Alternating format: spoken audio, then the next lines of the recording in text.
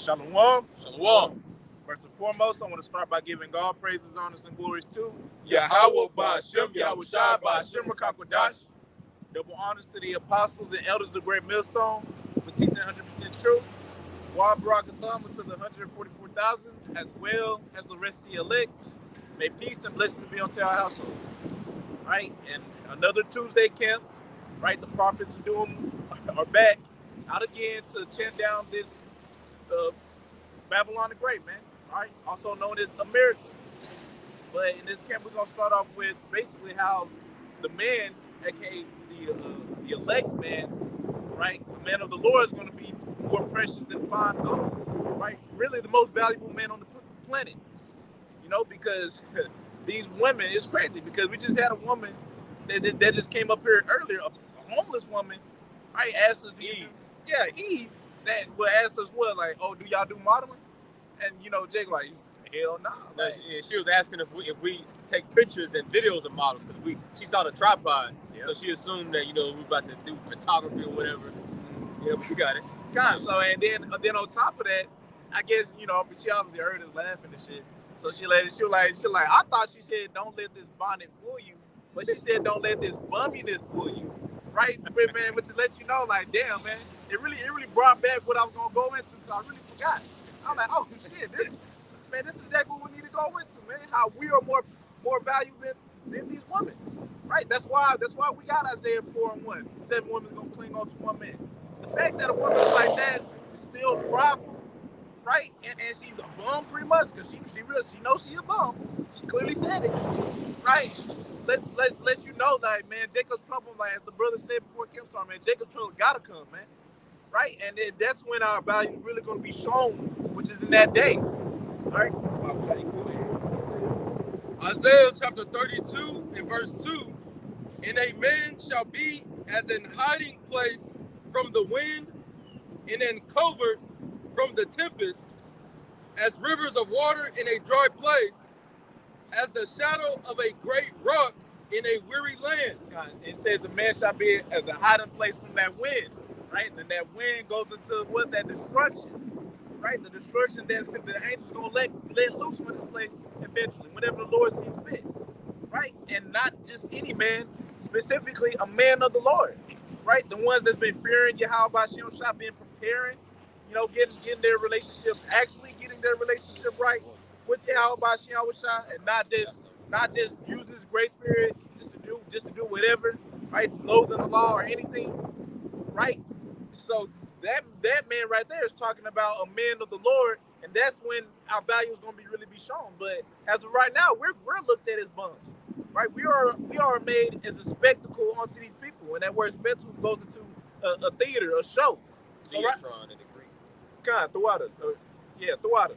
So with us being made a show, by basically a laughing stock onto these people, it's not going to be so funny when all hell break loose and they're gonna remember what we've been saying, right? Is there more in that, or you got something you want to say? I just want to get that word. That word in hiding place on the Blue Letter Bible, Strong's definition, H4224, is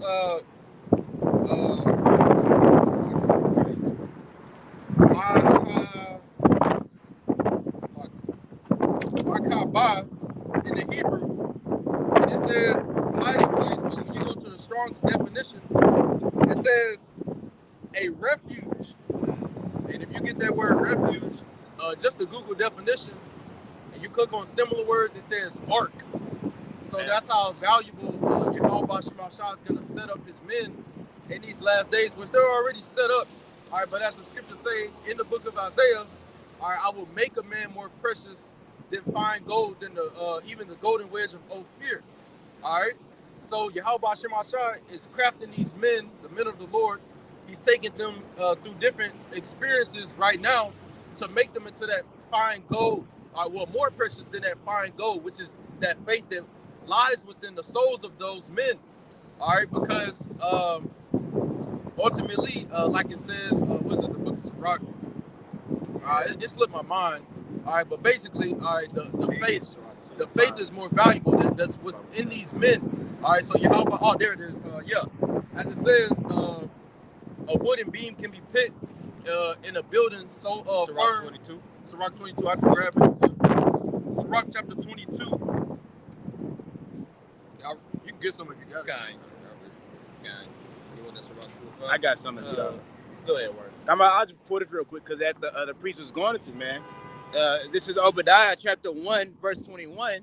It says, and saviors, and it got an S meaning plural, meaning there's more than one savior. Now, is it talking about, you got Yahushua and there's other saviors on this level? No, it's talking about the men of the Lord. Because there's saviors under Yahushua, the 144,000, the governing body. They're joint heirs with Yahushua, and they're going to be likened unto saviors in the latter times.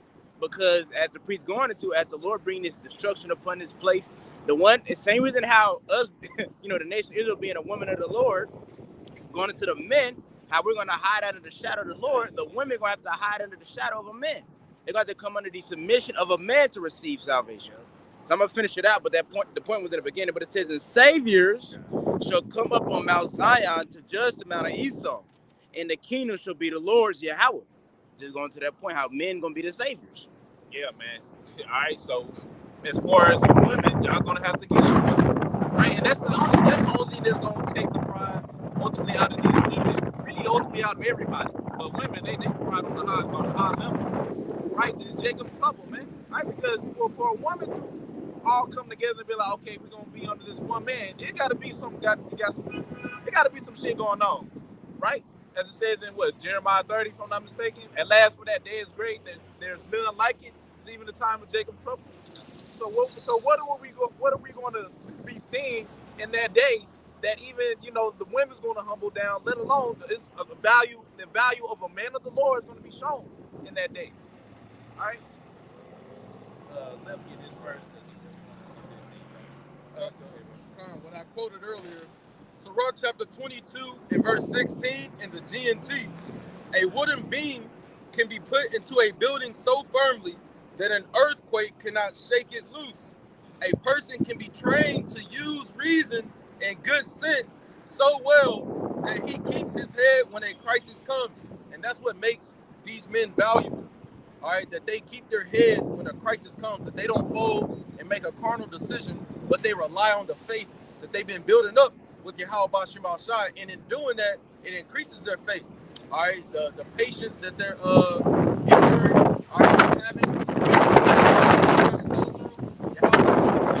them up just like he built up David. All right, before he went up against Goliath. All right, the Lord is doing the same thing here with his elect.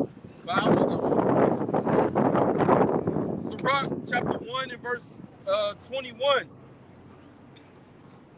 The fear of the Lord driveth away sins, and where it is present, it turneth away wrath. And ultimately, that's even why, like you quoted, which was Isaiah 4 and 1, that's even why women are going to want to be with these men. Because when all hell break loose, all right, when the Lord starts getting more active, as we just had a blood moon on the night of the Passover and a lunar eclipse, all right, so we know the Lord is showing these signs because he's getting ready to make big moves in the earth, all right? The wrath is not going to touch his men. Psalms 91, all right? Because you have made the Lord your habitation, no plague will come near your dwelling. Not your dwelling, as it says, loosely paraphrasing. Yeah. All right, but these men, Yahweh Shema Shai is having a hedge about. There's scriptures on that. Because of the fear of Yahweh Shema Shai, the angels encamp round about them, all right, to protect them and deliver them. So those type of people are going to be getting more and more value. All right, it's going to be expressed more and more value on their souls as more and more calamities unfold in the world. More and more prophecy, it's like more and more prophecy of the end time unfold in the world. God, they're going to have that Isaiah chapter 33 and verse 6. You know, wisdom and knowledge shall be the stability of our time, and the fear of the Lord is his presence. Right? So that's exactly what these men is going to have, and it's going to be shown in that day because guess what? They're going to be being protected. They're going to fulfill that Isaiah 65, 13, 14, 15, around that area. My servant shall eat, but ye shall be hungry. Because they're going to be getting taken care of. Right? And women going to know that because they're going to see they hypergamy, man. They're going to know, oh, yeah, he's good. I'm going to go to him. Right? He's good. Right? And not even just women, even dudes going to try to come up to you. You're like, oh, shit, bro. Like, well, not everybody's gonna notice it, you know. But you still want that precept? No, you got it. This is Isaiah chapter 3 and verse 25. Thy men shall fall by the sword. Because as a matter of fact, when you read, I'm not gonna get it, but when you read earlier into this chapter, it speaks about the proudness that's upon, you know, the daughters of Zion, especially the southern kingdom, the so-called black woman. Just as we saw before we even turned on the camera. You know, are y'all shooting for photography models? You know, let me do it. You know, don't let this bonnet and this bumminess fool you. Like, you gotta be fucking crazy, man. You know, these women, bro. Pride is, bro. That's a hell of a drug, man. Yeah. It has your ass delusional. Like, look at you, man. You're through. You know, you know, not trying to make fun of her, but hey, it's the judgment of the Lord. But you know, got holes in her clothes. She, you know, she stinks. You know, she looks bummy, man. You know, but you see, like that, bro, that pride. But see, that's what it all roots back to Esau, man. That Gardenian pact. You really got in the head of you fucking women, okay, and made you think that y'all are really something when you really not, man. You know, like the apostles say, man, a woman's just a fucking woman. We're not out here basing our ministry around women. No, okay? But we're just speaking, we're bringing out prophecies concerning about, you know, Judite women's behavior. Well, women in general, all right, but especially the Southern Kingdom, y'all's behavior and the judgment is going to come that's tied and associated with it, man. You know, and the Lord, that's why he put the emphasis upon the men, all right? That's who redemption is for, all right? Exodus, the 13th chapter, the 12th verse says, you must redeem every firstborn male, all right, of the children of Israel. Now, we know that women is going to be delivered, but they're going to be tied and joined into the houses of the men of the elect, all right? So this is Isaiah 3 and 25. Thy men shall fall by the sword, and thy mighty in the war. And her gate shall lament and mourn, and she being desolate shall sit upon the ground. Isaiah 3 and 25, thy men, because you asked a question earlier, well, what's going to ultimately be the driving force to the point to where it's going to lead into Isaiah 4 and 1. We're reading the latter part of Isaiah 3, verse 25. It says, thy men shall fall by the sword, and thy mighty in the war. Yeah, even in these wars, right? This World War III that's coming up. A lot of men is finna be what? They finna get sent off, and guess what? They're gonna go out and pretty much die, right? They're gonna go out and die, and guess what? What they leave the woman with? They're just pretty much what, booty at that point, which is, you know, spoils of war. Yes, spoils of war, man. That's all they is. And guess what? They ain't gonna have nobody to protect them. They're gonna be looking for somebody to protect them, because in that day, right?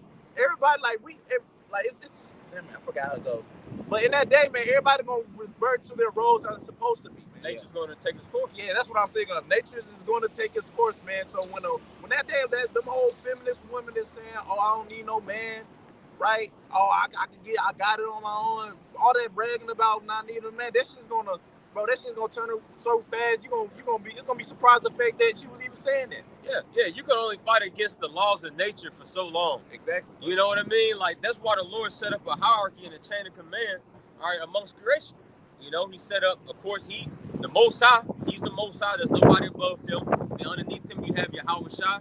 All right, then you have the Israelite man and the Israelite woman. All right, then the children. Now, okay, you can only fight against that nature for so long. We as the men, we're just now coming to realization, like, yo, that shit didn't work. But, you know, us trying to, you know, come up some other way outside of our husband, our head, Yahweh Shai. So now he humbled us down, still humbling us. All right, but for these women, man, all right, you know, they can only fight against nature for so long. Say, for instance, all right, okay, you don't believe in gravity. You know, I don't see it. I don't feel it, you know, but you jump off a 20, you know, tower building, man. You're gonna feel it. You're gonna see if gravity's real or not, man. So you can only fight against the laws of nature for so long until it slaps you in your fucking face. You see, in Isaiah 4 and 1, man, that's gonna be what's gonna bring that is horrible conditions. Yeah. You know, and really the mindset that the men of the Lord is gonna be in, especially at that time, which we're already in that mindset now, but it's really gonna be much more so then. Like, bro, women gonna be the last thing on our mind, bro. Exactly. We're gonna be worried about, you know, surviving, some salvation, man. Exactly. You know, the Lord's gonna have to put the spirit upon us to wanna deal with these nappy head hoes, man. Exactly. You know, but you know, that's a part of the movement. Yep. You know, you're gonna have, you know, women that's gonna get delivered. Yeah, you know, they're gonna be beautified. You know, they're gonna be suited and tailored and custom made, all right, for each of the elect men, man. Yeah, and it's crazy because the spirit been on Apostle Gabar to be saying that, like, man, to be honest, like these women, like that's living here in America, man, like 99.9% of them are not going to get saved because they just too goddamn prideful, man. Right? The Lord's going to have reserved for us, like, more foreign women, right? Women that's just like, shit, that's not of over here, really, man. Right? Because they're just that prideful, man.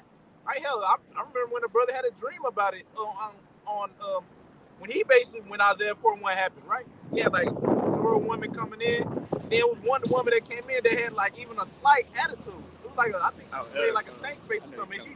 He straight up like just crushed her head and just took her out, bro. Yeah. So it's like it really shows how the tolerance that we're gonna have in that day. We're not gonna we're not gonna be tolerating none of y'all shit in that day, man. Cause guess what? We're gonna be having that pick of the litter. Yep. Right? We're gonna be the ones choosing and doing the choosing, right? Y'all can enjoy y'all choosing right now, but when the time comes, y'all ain't gonna be the one choosing. Y'all gonna be the ones better be on that pick me spirit, man, which is a perfect spirit to be in. There's nothing wrong with being a pick me. Right? This is you being in your role anyway. Right? But in that day, y'all gonna be like, man, shit, I hope I get picked. Yeah. Right? But even then, even Apostle Paul, he said it, like, even then, like, women, they be wanting a man, but they so far gone, they so fucked up in the head, they don't know how to act to get one. Right? And then guess what? It's gonna be shown in that day too, man. Yeah. And if they get one, all right, it's for a little season. They don't know how to keep one. Nope. You know, like you could get with an Eve, or Eve, y'all get together. But Eve, she thinks she's winning after that. You know what I mean? She start taking pictures and shit. But they don't know how to keep a man. They don't know anything about wifely duties, about cooking, cleaning, having a good attitude, man. Denying your fucking self. See, this is, at the end of the day, like you said, bro, it's gonna take Jacob's trouble. Yep. But Jacob's trouble's gonna humble everybody. Exactly. Even us to a large degree. Bro, because we ain't really seen the Lord move his hand like that up on this place yet. It's gonna humble us down. Yeah. There's shit in us that we still got to get right, man. So how much more the weaker vessel? That's the point that the brother's making, man. God, man. Was there more on that? Oh, that was it on that. God, we'll go ahead and get this. If you can hold Micah 17. That's a good one. Isaiah chapter 32 and verse 9. Rise up, ye women that are at ease.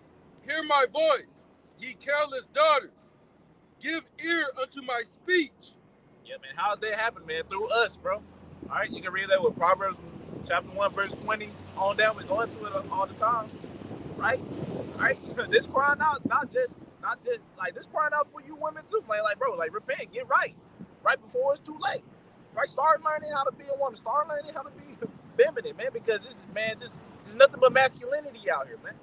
Right? Masculinity. Women wanting to be masculine, man wanting to be feminine. Right, everything just switched, but when all hell breaks loose, all that's gonna revert back. Well, it's gonna try to revert back to normal. Like the brother said, man, it's just gonna take its course. And guess what? If you've been being masculine for so goddamn long, you're not gonna know how to be feminine. Right? Therefore, you're not gonna get chose. All right. Go ahead.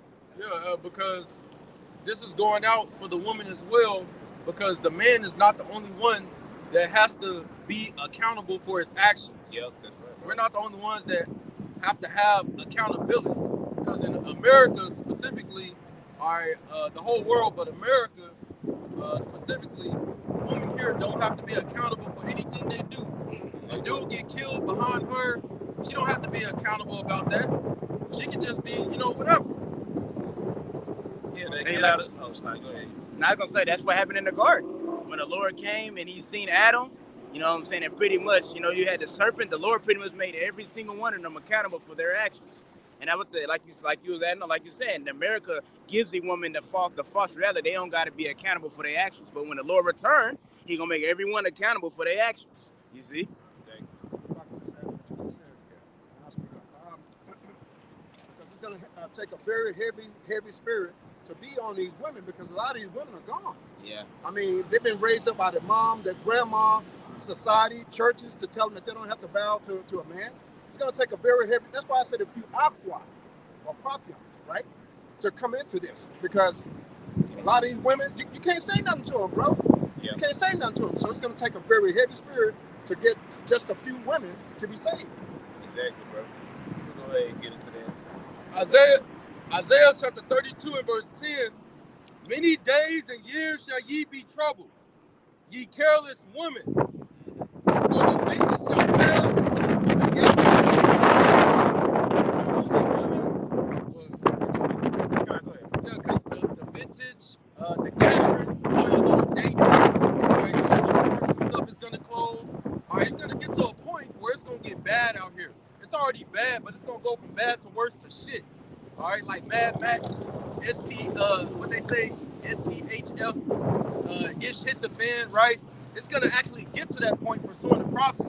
That's what we're talking about through the scriptures, the time of Jacob's trouble.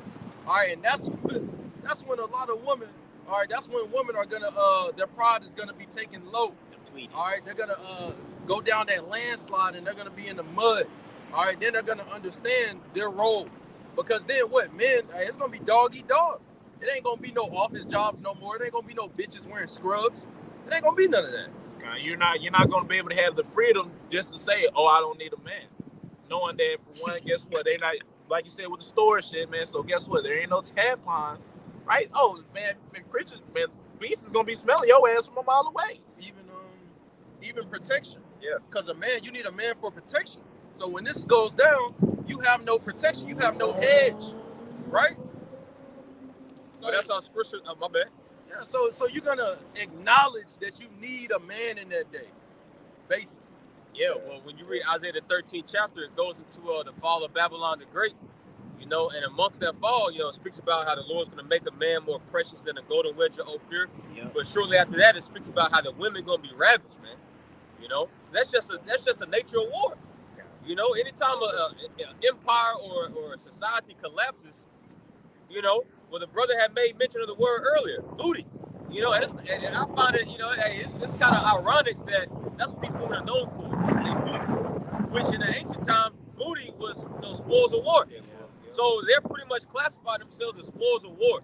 So you best believe, man, as soon as it's now, even before shit like really hits the fan hard like that, all it takes is just 911 system to collapse or blackout or anything. Bro, you women through.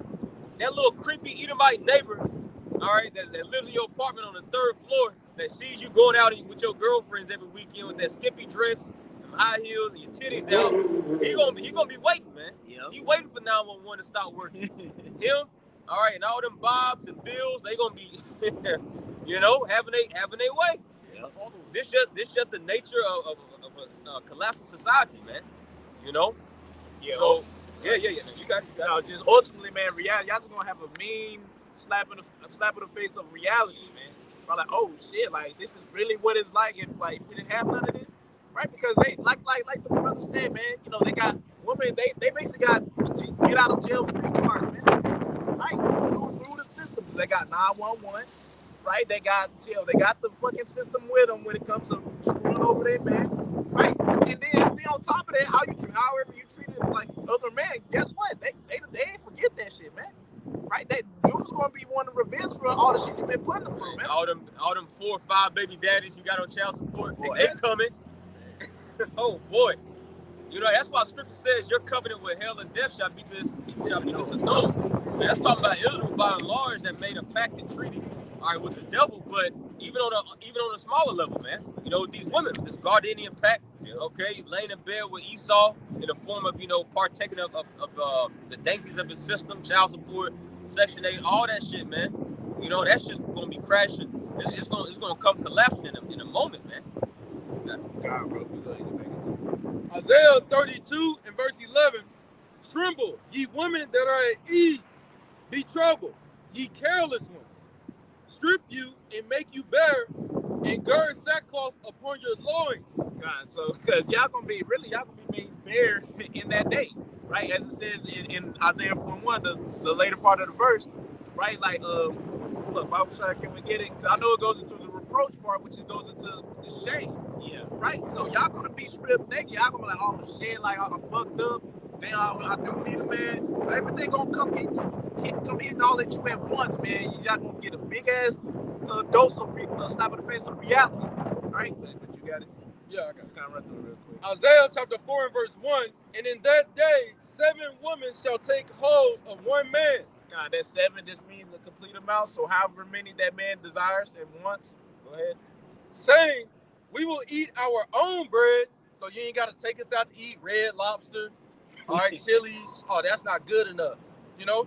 Nah, for real. We will eat our own bread and wear our own apparel, all Birkin bag. He ain't even, you know, you got to take me to the mall. You got to come over, you know, 500. They ain't going to be saying all that shit then. Exactly. We will eat our own bread and wear our own apparel.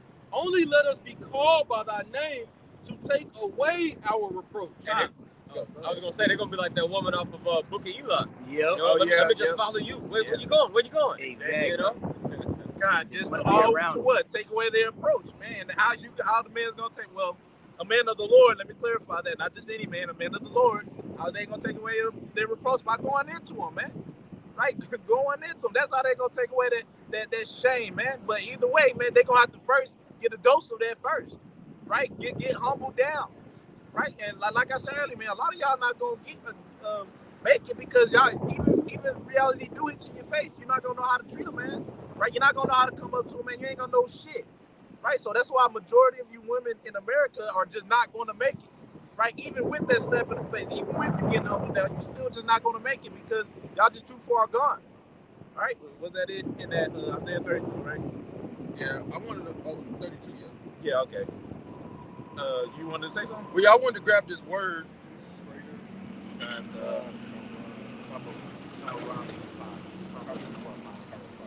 All right, this word reproach on Isaiah 4:1. That word reproach is Strong's H2781 karapah in the Hebrew, and it says reproach resting upon condition of shame, disgrace. damn, it's great. Oh, and also when you go to the Strong's definition below, it says disgrace, rebuke, reproach, fully shame. So that condition, in that condition is when they're when things get to that condition out here, that's when they're gonna get in the mindset of humility. We're ready to serve you now. Help me, pick me. You know, the one jumping in the middle of the crowd. You know, but that's when they're gonna have that type of mindset, man. When that shame get on them, the Lord is gonna put the shame on them. He's gonna upskirt them like that woman walking in Hollywood or New York or whatever, and then that damn sewer shit, that sewer air, that gust of sewer air come up, and then her skirt is lifted. Now you see them, damn, they got chlamydia, or they wig fall, they wig fall off. Countless videos of that. Then they run away. So you was all prideful at first. You was, you ain't get my number, but then her wig fall off. She run out the fucking building And pop the balloon, all that shit gonna be Yeah. done. Boy, That shit. Go ahead and get and we're gonna be pop their hopes. You know? That's Oh, facts. you wanna be a Papa team? Nah.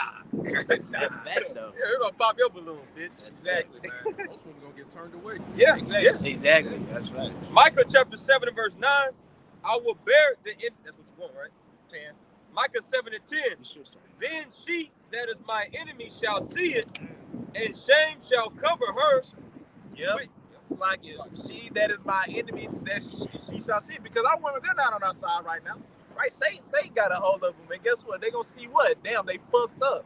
They're going to see, damn, who made this, as the brother said, the Cardinian pact with this devil and this shit biting us in our asses, man.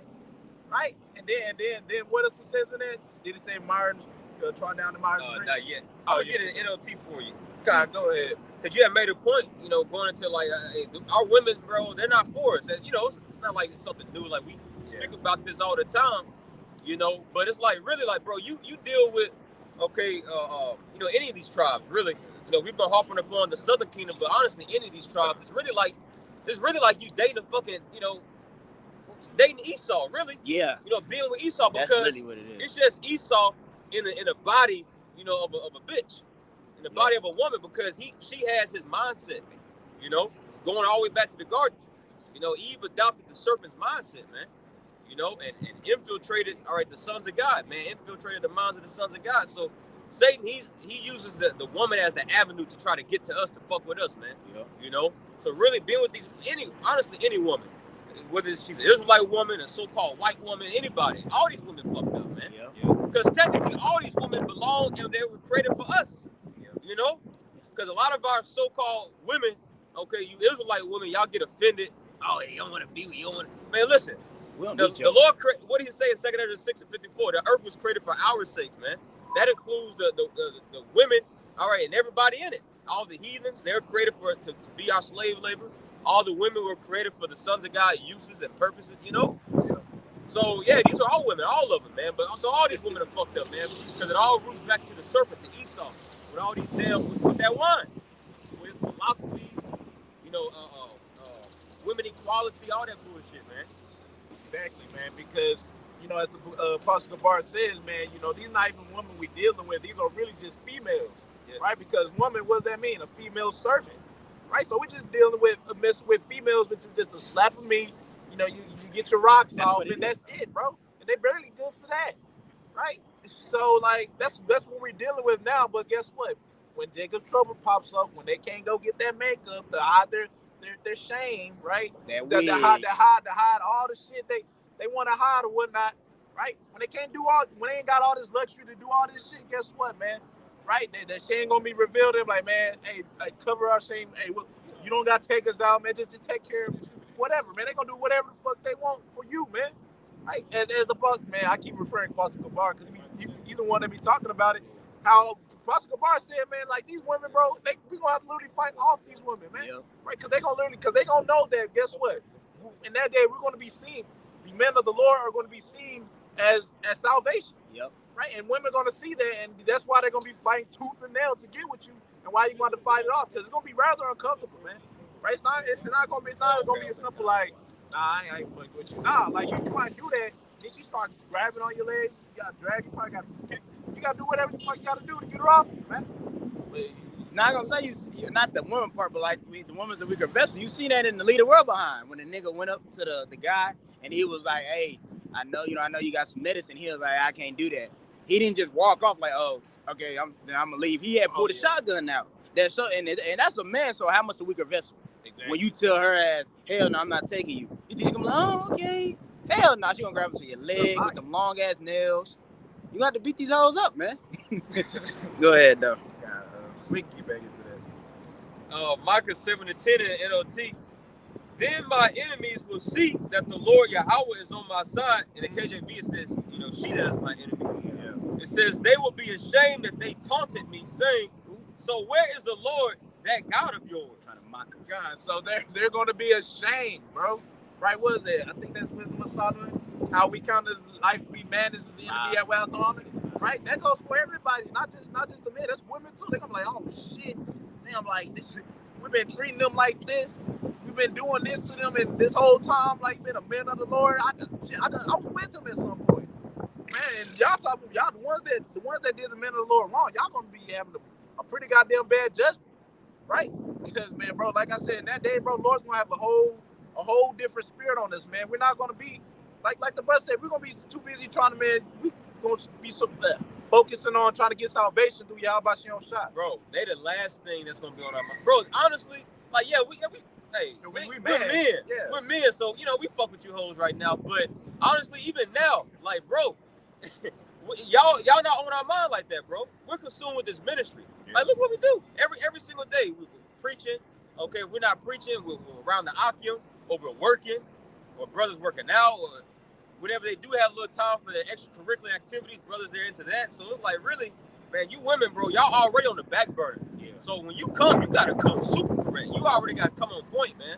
You know, so and we already know that's not going to happen right now. So this is why we can't take you serious. That's why the apostles say, man, a woman is just a fucking woman, bro. You know, and a lot of jakes have fallen out the truth because they're head over heels for these no good women. Used up box. You know? For some box, man. Some used up. You know, some used up box, man. You know, like, bro, like, no, man. Matthew 6:33. Seek ye first the kingdom of the Most High, and everything else shall be added. This is the only thing that's up on our mind, man. Doing the work of Yahweh Shema. Shout to hell with the fucking woman, man. Right. You know. All right. I get it, KJV. Micah 7:10. Again, it says in the KJV, then she that is my enemy shall see it, and shame shall cover her, which said unto me, where is the Lord Yahweh thy power? God damn, they're gonna be how about you? Oh shit, where's the money? Nah, it's gonna be too goddamn late for most of you women, man. Right? And I know you got that word shame, but you can go ahead. Yeah, go ahead. I got Bring a that precept out. behind it as well. Gospel. Yeah, that word shame definition on Google because it keep coming up. It says a painful feeling of humiliation or distress caused by the consciousness of wrong. So the Lord's gonna bring that to your face. Exactly. Caused by the consciousness of wrong or foolish behavior. So it's just for the Most High to shame you, for the Most High to put shame on anybody, because His judgment is upright, it's righteous first and foremost. All right, but specifically what we're talking about, the Lord putting shame on you, women. All right, because look at your behavior, look at how you conduct yourself, especially before your husband. All right, before the men of your nation. Speaking about the Israelite woman. All right, even what happened earlier before we returned on the camera, Southern Kingdom Eve, with all her pride, even though she's homeless. Yeah, Don't let this bum, don't let this Yeah, she fool said, you. don't let this bumminess fool Don't you. let this bumminess It ain't fool Put you. the bonnet on with It some ain't- fucked up flip flops. It ain't. You know, like get out of here, man. Right. They said y'all looking for a model, anybody but you. Not for real. exactly. So that's why as the brother said before it started, man, like, hey, bro, Jacob's trouble just gotta come, bro. For you to be prideful on that level to where you ain't got a place to sleep, bro. Right? And I know you're not taking showers consistently or anything, so you probably fucking stink. Dude. For you to still even utter anything like that, or let alone even come ask us that kind of question, shows us like, man, it just gotta come. So they can get humbled down. And guess what? And get rejected. Right? Because like I said, man, most of y'all gonna get rejected anyway.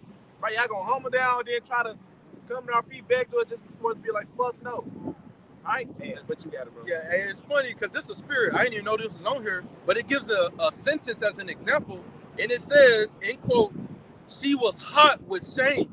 Yeah. Literally. And it used a woman, right? Yeah, she was hot with shame. Dang, with shame, man. The Lord, He gonna bring all of that to light, bro. All that to light in your face, man, because it's really already out there. Shit, hell, you put it out there yourself, right? You just blind to it, man. You being delusional, right? Because you're in Esau's system and it's functioning, and you can do whatever the fuck you want and no consequences. Right. But when all hell break loose, man, Lord gonna bring all of that to your face, like, here you go, right? When you ain't got that 911, you ain't got that makeup, you ain't got them tampons. You ain't got no goddamn luxury, no nothing. No food. Protection. Exactly. You ain't got shit, man. So it's gonna be brought to your face, and you're gonna have a lot of time to think about it. You're gonna be like, oh shit. Like, you been doing all this, man. Your hair all fucked up, your lips fucking white now, ashy from licking them too goddamn much or something.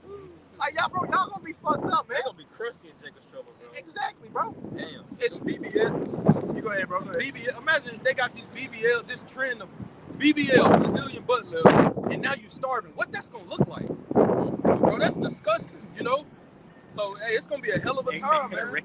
A lot of guilt is coming. Well, talk about guilt trip. A lot of guilt is coming to these women. I got appreciate it.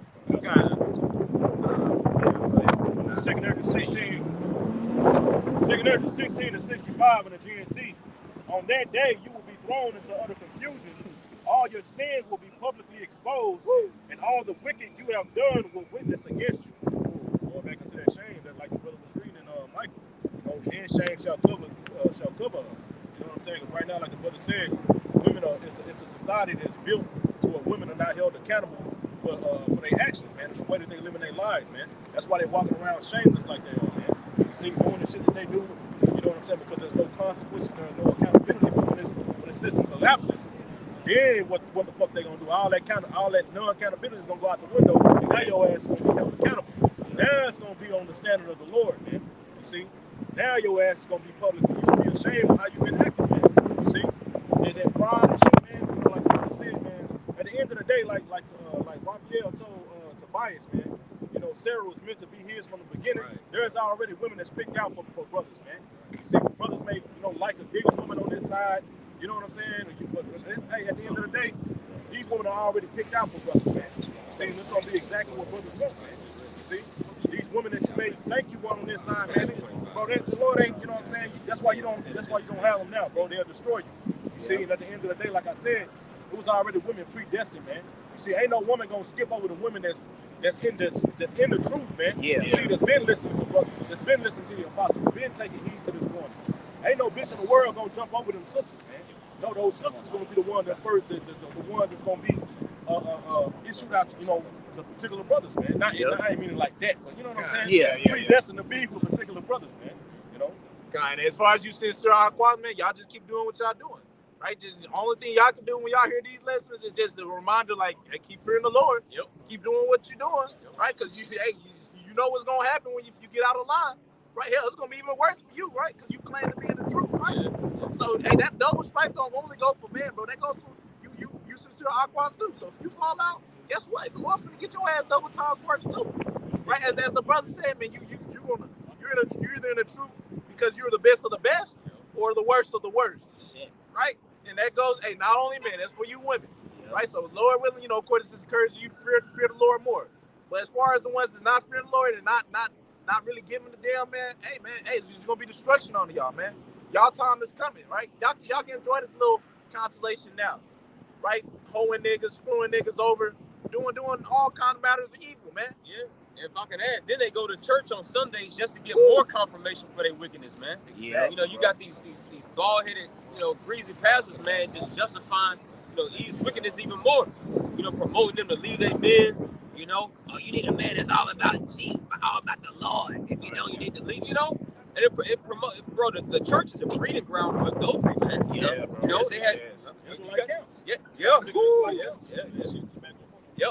like the priest Benai just said, even a lot of these Israelite camps, man. Like bro, it's a lot of wickedness out here, man, amongst these other camps, bro. So that's why at the Wadi Al Bashmal Shop for the apostles and the leadership that we have here at the Great Millstone. Hey, this is why our apostle said, man, ain't no fucking women around us, man. Yep. That right there eliminates a lot of confusion and a lot of sin, bro. Because they already went through those experiences, in the old school, man. Yep. So the Lord, gave us a foundation to where it's clear, it's paved out, it's smooth sailing. All we concerned about over here is this ministry, man. That's right. We ain't got no fucking extras dealing with women and, adultery, none of that shit, man. But amongst these other camps, all right, that Jake loves so much. The reason why Jake really loves these camps so much because it promotes women too. Yeah. It includes the women. You got all these goddamn Sarahs in the congregation. Like you got over 100 Sarahs in this, Exactly. That's bro. Don't dare do that to my foremother, man. Right. That's a spit on her name. Yeah, man. The fact that y'all thinking that getting there, y'all get in there, you be like, damn, hey, them sisters looking nice with the little fucking the head wrap and shit, right? And they be the worst of the worst, right? As I think a brother said it like some time ago. It's like a brother said it some time ago, man. Like a woman final form is when basically they go to church or do the Hebrew Israelite thing, man. That's their final form, man. So they at the worst of the worst when they're at that state, right? But we go ahead and try to cleanse that hoism that they've been doing, Okay, yeah. Proverbs chapter 16 and verse 18. Pride goeth before destruction, and an haughty spirit before a fall. God, and scriptures goes into that how a woman shall be known by her haughty looks, right? A haughty look which goes into what? Her haughty goes into boastful, man. All right, you can just see it in the way they fucking walk sometimes, man. Well, on certain of them, right? They twist their hips hella hard, trying to make that ass shake or something, right? Sitting there just like, you can tell, man. Right? We been around, we seen women, we know what the fuck that shit look like, what a proper woman look like. Right? We're like, nah, we want to stay as far away from that. But guess what? Read that again, bro. Proverbs 16 and 18. Pride goeth before destruction, and an haughty spirit before a fall. So the Lord's gonna take that pride, right, and that boastful spirit off of you because what, man? He gonna strip you naked, man. Show your fucking shame, right? He's gonna show your shame in the midst of everybody, right? And guess what? At that point, it's only you can hope that you be taken by a man of the Lord. If you're lucky, well, blessed ultimately, But go ahead, bro. Hey, what you quoted, Sirach 26 and 9. The whoredom of a woman may be known in her haughty looks and eyelids. So you women that are prideful, that have this boasting about yourselves, all right, you're just whores, man. That's all it is. I read it again. Sirach 26 and 9. The whoredom of a woman may be known in her haughty looks and eyelids, man. So if you a prideful woman, you got this haughtiness about you, all right, and you can see all the makeup and stuff and these skimp outfits and stuff, and the outside spirit, I'm outside, you're just a whore. And that's pretty much all it is. You got it, bro. You try, like you're saying, you know, like the brother's going to, the Lord going to judge these hoes for being prideful. And that's a key aspect, because I want to go into that aspect of being prideful, because that's one of the things that the Most High, Yahweh Bashman was shy, and his men would hate. They would hate pridefulness. And get that's the thing that the Lord is going to hate, man, pridefulness. And that's what's on these women. That's what's on all you niggas, man. Being prideful. The Lord is coming to bring judgment unto the pride. Get this real quick. 16. This is Proverbs chapter 6 and verse 16. These 6 things doeth the Lord hate. Yeah, 7 are an abomination unto him. Verse 17, a proud look. A proud look. See, that's the first thing that it mentioned, a proud look. That's the tippity top of the thing, because when you go into the scriptures, it speaks about how pride is the beginning of you that turneth away from his maker. Pride, when you start to think yourself, to start to think that you don't need Yahweh Bashman Shai. That's how we ultimately feel as a nation, due to pride, pretty much. Go ahead. Verse 17, a proud look, a lying tongue, and hands that shed innocent blood. And that's the main point right there, a proud look, you see? And they even got Esau written out of it, like the first one, because it's talking about these women. Esau vibration all over these women, and these niggas too, man. You see? His vibrations all across there. That proud energy is all across the earth, man. The Lord is coming to recompense that proud. Yeah. You see? Hey, it said hands that shed innocent blood. Well, that's these average women out here too, man. Yeah. Okay, your average Babylonian woman, especially from the southern kingdom of the nation of Israel, all right, got at least one baby deletion under their belt. At least. Yeah. Can't forget about that, bro. That's fact. So innocent blood, a lot of innocent blood has been shed. As a matter of fact, y'all look it up. We did lessons on it. Baby deletions are by far the biggest causes of deletions. All right, combined more than heart attacks, traumatic, injuries such as car wrecks, gunshot inflictions. You see, baby deletions are at the top, man. Okay, and then a lot of it has to be accounted because you so-called black women. So how you think the Lord feels about that, man? Exactly, the Lord gonna recompense that. You see, as the priest was beautifully going into earlier, man, how the Lord is gonna have her trodden down at the mires in the streets. She's gonna really be humble. You see, you can just think that 8:50 about the chapter. Second Ezra chapter 8, verse 50. It says, "For many great miseries shall be done to them that in the latter time shall dwell in the world." God, could somebody pull me that word miseries? Miseries, man. Bible the shot. You know, etymology, Google, either one. What sound to it? But like the scripture say, many great miseries. It didn't just say, oh, many miseries. It had to put the emphasis, great miseries are coming to those that in the latter times, right? When the Lord returned, that will be dwelling in his earth in pride. You see? Because they're not sitting there observing the scriptures, man. They're not sitting there observing the order that the Lord has set up on his earth. Going into you women and you simpy ass men that running behind these women. You go ahead. Misery is a state of grievous affliction, condition of external unhappiness. External unhappiness. You see? So the Lord going to have you in a position of external unhappiness. Uncomfortable to a high level. You see? Uncomfortable to a high level. That was coming to America, man. That was coming to this earth. Jacob Troubles. It's called Jacob Troubles, man. You see? Jeremiah 30:7, Daniel 12. We're coming to a time it's going to be great miseries upon earth, man. A lot of people are going to be in a terrible state. You see? What is it? 2 Timothy 3, 3:1. And the last time should be perilous times. Perilous means hard to bear times that we're coming to. And that's coming to individuals that walk up and down this earth in pridefulness, man. You see? Go ahead. Yep. I think it did have another word in there too.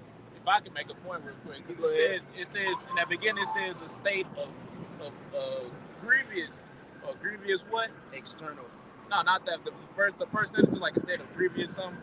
Oh, in the verse, or you talking No, about? I'm talking about the definition. Okay. Yeah, it says a state of grievous affliction. God, grievous affliction. All right, so that's, man, grievous goes into what? Sorrow. So that affliction is gonna bring you very, very sorrowful, man. Right, put you in a very sorrowful, mournful, pretty much state, man. Right, so it's gonna be a lot, as the brother's going to, man. It's gonna be great misery. So great sorrow is gonna be brought upon you, man. Right, sorrows you ain't never felt before in your life. But you got it, bro. Yep, because you think about that scripture describe how when you read it in Revelation 17, I think it said to the 18, what is the harlot? What did she say? That she will see no sorrow. So that's how the people here today. They had that same mindset that they're not gonna see sorrow. Here it is, it's still getting worse day in and day out. It tells you about that in 2 Ezra 16, man. You see, because vengeance should be so good upon the earth, they should think of themselves as being great case, but then should evils be multiplied in the earth. So they think that they're in a good case, man, because the Lord ain't jacked them up right away. He was being a nigga all his life. She was being a whore all her life, doing niggas wrong. Men speaking ill towards the Lord and his men. They ain't got jacked up for you, but we coming into a time where Yahweh Shai is going to hold them accountable for that shit, man. He's coming to judge their ass, and that's beginning because they had that pride. That will lead them to conduct in a certain type of manner because of their pride. You see? It says misery, condition of one in great sorrow.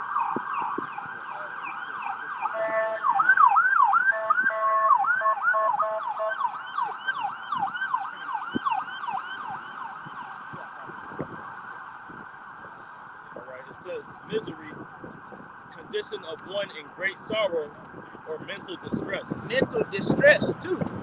You see? So it ain't gonna just be no external your ass getting jacked up. You're gonna be getting jacked up mentally, man. And that's why it hits first, man. When you get jacked up mentally, you through. You through, man. If somebody jacked up mentally, they don't even gotta be jacked up externally. If they just jacked up mentally, they through, man. And that's what that famine gonna bring too. You see, that famine gonna really humble your ass. You see? So we get back to the signers. You in the family, you don't really have the energy to be proud. Can't take a lot of energy to be proud. It says, 2 Ezra chapter 8, verse 50, for many great miseries shall be done to them that in the latter time shall dwell in the world, because they have walked in great pride. And that's another key point too, man. Because it said they didn't dwell in the world. That's not talking about everybody. That's talking about the wicked of the world. 2/3 of the nation of Israel, you see. Because the elect, they don't dwell in the world. Yeah, we are here. Lord wouldn't be those men, but our conversation is in heaven, you see. And it says because they walked in pride. So the Lord is going to bring grievous judgments unto those in the latter times that walked in pride. Because they said, I don't need Yahweh Shai. I don't need him. I could do it by myself. And even they even go down to Egypt for help, man. You see, the Lord said, woe unto those who go down to Egypt for help. So you go to Esau, thinking that he going to help you out. His ass going to get jacked up too, and everybody is going with him. As a matter of fact, you go ahead and get Georgia. This is Proverbs chapter 16, verse 5. You can speak on it. It says, everyone that is proud in heart is an abomination to Yahweh Ba'ashem Yahweh Shai. Hear this out, man. Everyone that is proud in heart, Yala'ab, is an abomination to the master of the universe. You got to think about it. Your creator, you an abomination unto him when you're proud. That's not a good look. The master, the one that controls death and life. You see? You want to, niggas like to say, oh, Satan did it. Well, the Lord ordained Satan to do that shit, man. He's under the Lord's jurisdiction. So if you an abomination in the master of the universe eyes, man, that's not a good look. And guess what? He's coming back to bring judgment. You see? Go ahead. Yep. Proverbs 16:5. For everyone that is proud in heart is an abomination to the Lord. Though hand join in hand, he shall not be unpunished. Exactly. You're not going to be unpunished. You're not going to go to the grave. Look, you get an easy death. No, the Lord going to judge your ass. Even the wicked. You got some people that's already done died now. Daniel 12 goes to some going to awake to everlasting, what is it? Shame. Exactly. You're going to wait a while to get judged, you see. You didn't get away. Oh, you might have died from this. You might have went to sleep. No, the Lord going to get your ass, man. He's going to send your ass straight back down on that earth, and you're going to get judged, you see. Yeah, and that's taking part in this Americanization, man. Proud to be an American-ass spirit, right? All that shit going to be thrown out the window when Yahweh Ba'ashem Yahweh Shai come back, man. And it's really getting thrown out the window now. As the beast is starting to hate the whore. All right, you starting to see like ain't nobody really fucking with America like that. Even Americans, man. That's why you see the increase in T attacks. All right, so all that pride, man, is being thrown out the window. That's why you got Esau out here. These red-blooded Americans, man. They heighten up in spirit, trying to rouse themselves up to go against Jake. With these the KKK groups and neo-Nazi groups, man. But it's all that pride is dead with.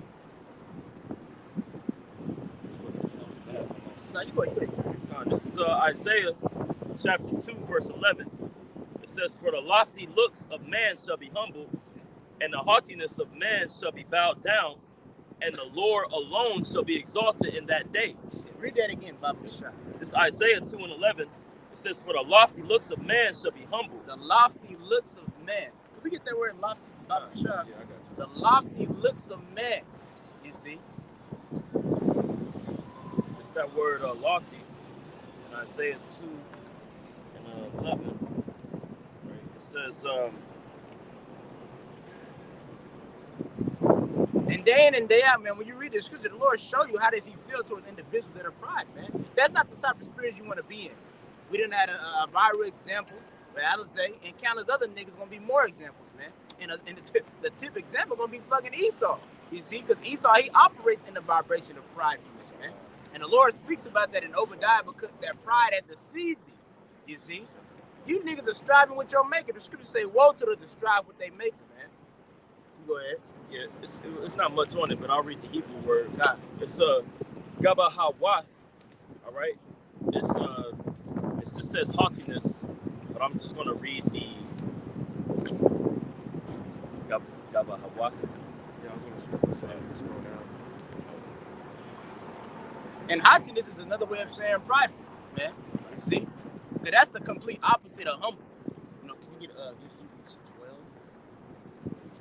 I think it's 12 too.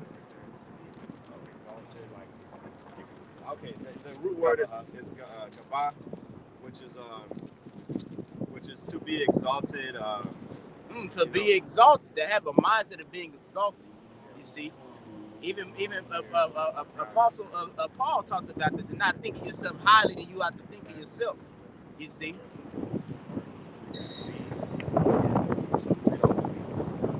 This is a portion of that word lofty. It says, in a bad sense, to lift up itself, the heart, in pride or arrogance, to be proud. Be arrogant, be proud. That's what lofty goes back to meaning, right? So now we can finish at that verse. You can think about those words being arrogant, being proud, to lift oneself up. But we ain't got it, man. We ain't got it. We ain't nothing without Yahweh Shah, man. We ain't nothing without our Creator, our power. And it's being shown right now. You see, when the Lord, he cast out his way, the nations had their way with us. The only reason the nations was able to do that because the Lord allowed them to do it. That's the only reason Esau's even set up. They're not saying, Daniel, I set up the basis of man. You see, Esau was given his dominion. And that's why his ass going to be judged too, because he was given his dominion, but he didn't acknowledge that he got it from the Lord, which the Lord had it something like that anyways. He wasn't supposed to do that. So his name could be glorified. So Yahweh Shai name could be glorified in the earth. You see? Yeah, and Esau is the basis of law. You know, man in itself is low. Now, that's why when the scriptures say that how man was created from the dust of the earth. And that's why the scriptures also let know our earth and ash is proud. Yeah, dust is not meant to be high in the sky. You know? Dust is meant to be on the ground. Like, you know, like when people you know, they'll even say that, like your parents, they'll ground you. Yeah. I gotta humble you. I gotta put you on punishment. I gotta make you low. Or he's not in reality. He gotta be brought back down to earth. Bring them back down to earth. Like that's what the Lord is about to do. So He's about to give you niggas a reality check, man. You know? That's what exactly. That's a beautiful point. Give you a reality check.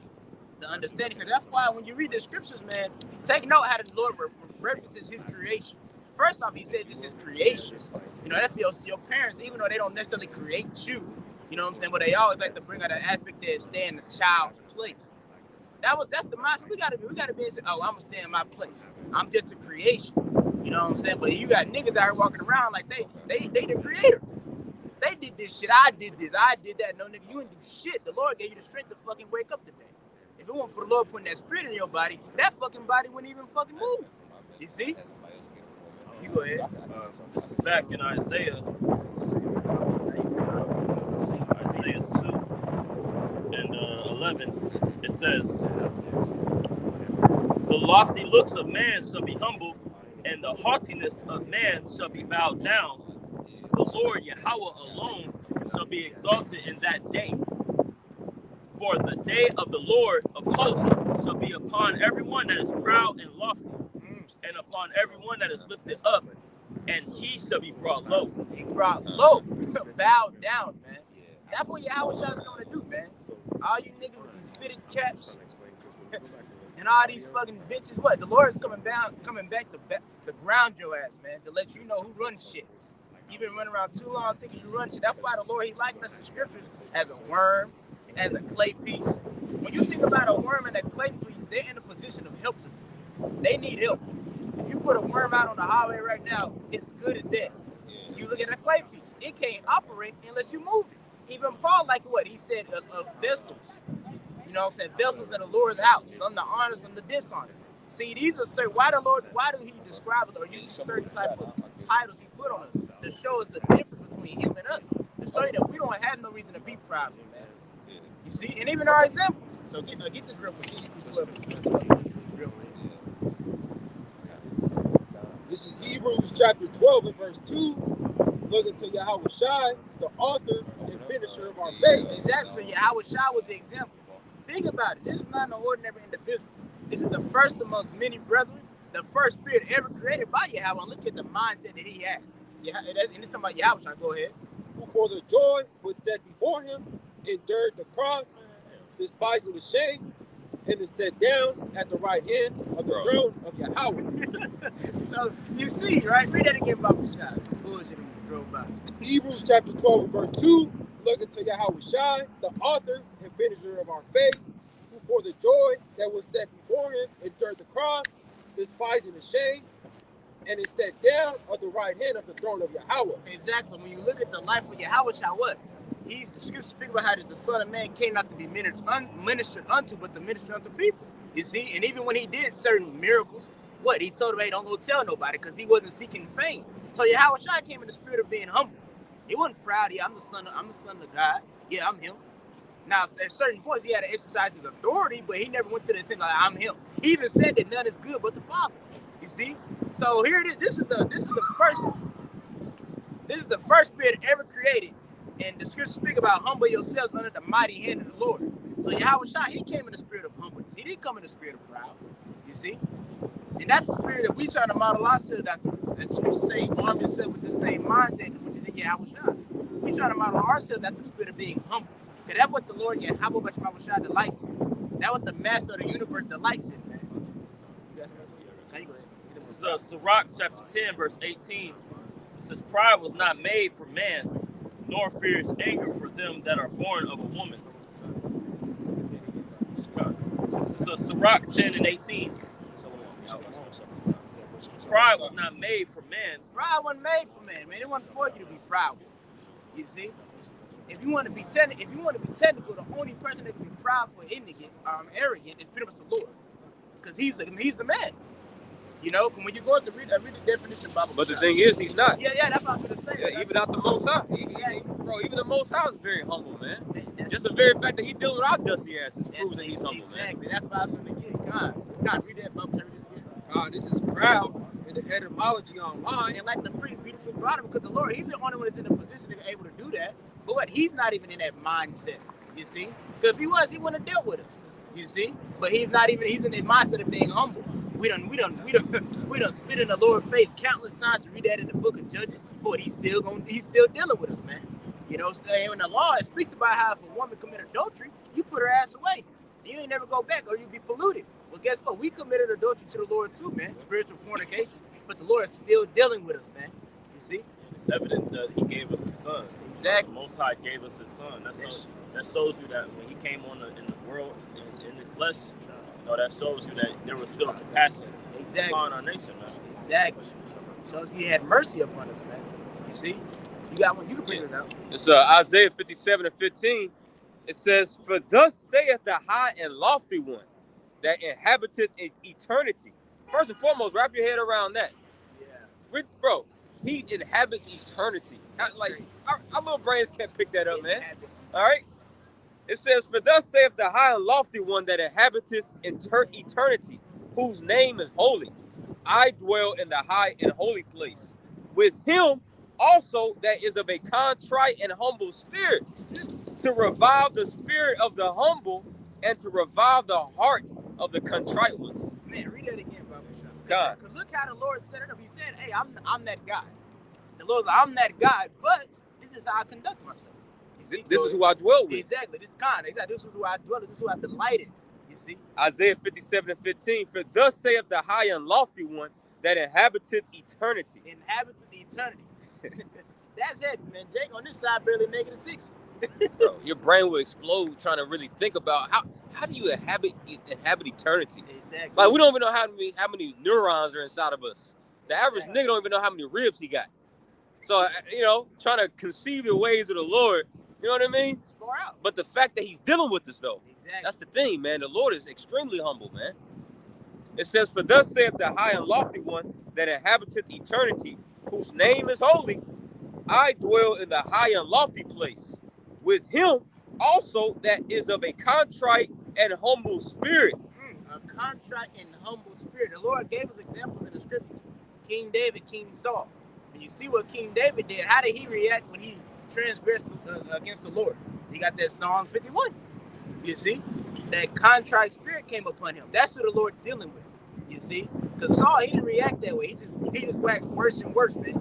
Being more proud. You see? But David, which is what? The house of David, which is that. And then if you think about David, the Lord used this man David to bring back his son through his loins. You see? Showed you how he was delighted in this man. You see? Even when he had an opportunity to kill Saul, he didn't do it. Exactly. That's a great point too. Opportunities. Yeah. Hey man, that's a man of strong integrity. And even in the time when he was Moses, the Lord said, "Well, I'm gonna just get rid of this shit. I'll just deal with you." He said, "Nah, but Lord, you had a promise. Like, hey, Moses, being humble. You see? Now a nigga would be like, hell yeah, let's go. I'm that guy. That's what a nigga would have did. But Lord, like, yo, that's I ain't want to hear that shit. That nigga would been gone. But Moses, like, hey, Lord, this is the nation you made a promise with. You made a promise like, Lord, he was being humble. He had something to show. That's why he said that to him, because he knew that that's how he's going to Exactly. All right, just like King David, he did it the proper way because he had the laws and his commandments that was put into him from the beginning. Even though he did slip up towards the end, not saying that he was perfect, but in that he was a just man. There's a little more on here. Isaiah 57:15 from the top. For thus saith the high and lofty one that inhabiteth eternity, whose name is holy, proving that we got the name. Yeah. And what does holy mean? Separate, set aside. And scripture says for the Lord's name is one. You can't go, I call him Jesus, I call him Yeshua, I call him Yeshua. Listen, no. There's only one name, man. His name is holy, Yahweh. Okay? Bahashem, meaning in the name, Yahweh Shah. Says, even like you said, I just want to add a quick point. Like you said, when you go into that word name, Apostle Bar and the elder, damn, I can't think of his name right now, Saccharon, they went into it. Bishop Saccharon? Yeah, Bishop Saccharon, elder Bishop Saccharon. They went into the name, right? Which you need to go into that word name, but it said, one of the first things it said too, it said proper name. You see? So like you were saying, like there's only one proper name of the Lord.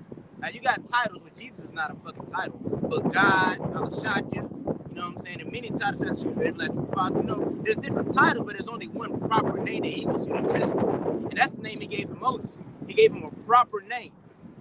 This is Acts chapter 4, verse 12. let me finish that real quick. Isaiah 57:15. For thus saith the high and lofty one that inhabiteth eternity, whose name is holy. I dwell in the high and holy place with him also that is of a contrite and humble spirit, to revive the spirit of the humble and to revive the heart of the contrite ones. Revive the spirit of the humble and the heart of the contrite, not the proud. But hey, what did Yahweh Shah say? I came not for the whole, but the sick. The proud ain't gonna be in the mindset of needing help.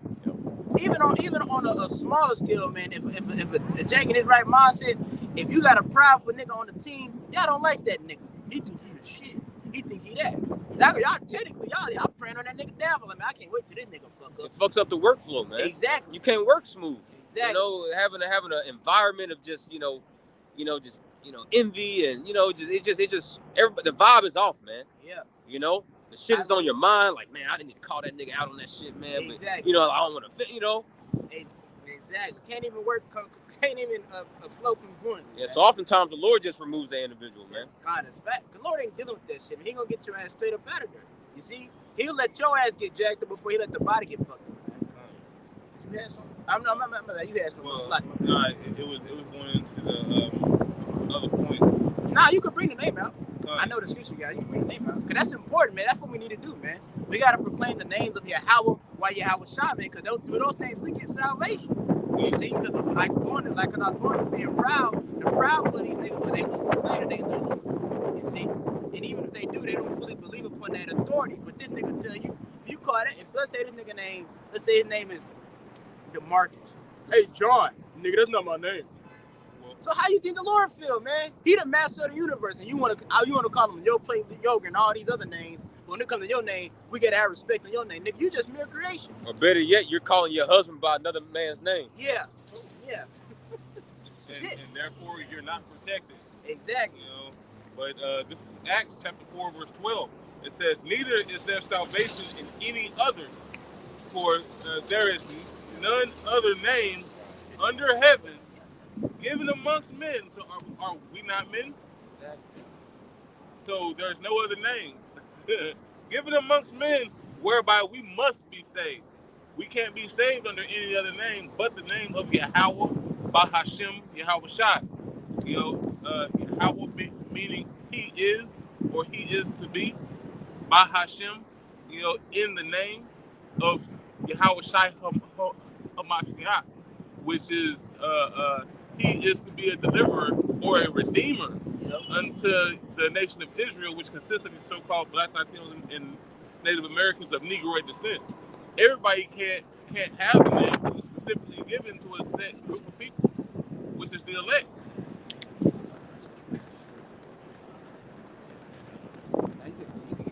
Just to say.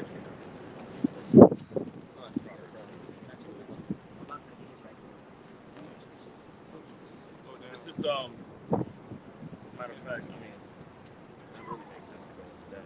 I can get that. This is Proverbs 18 and 10.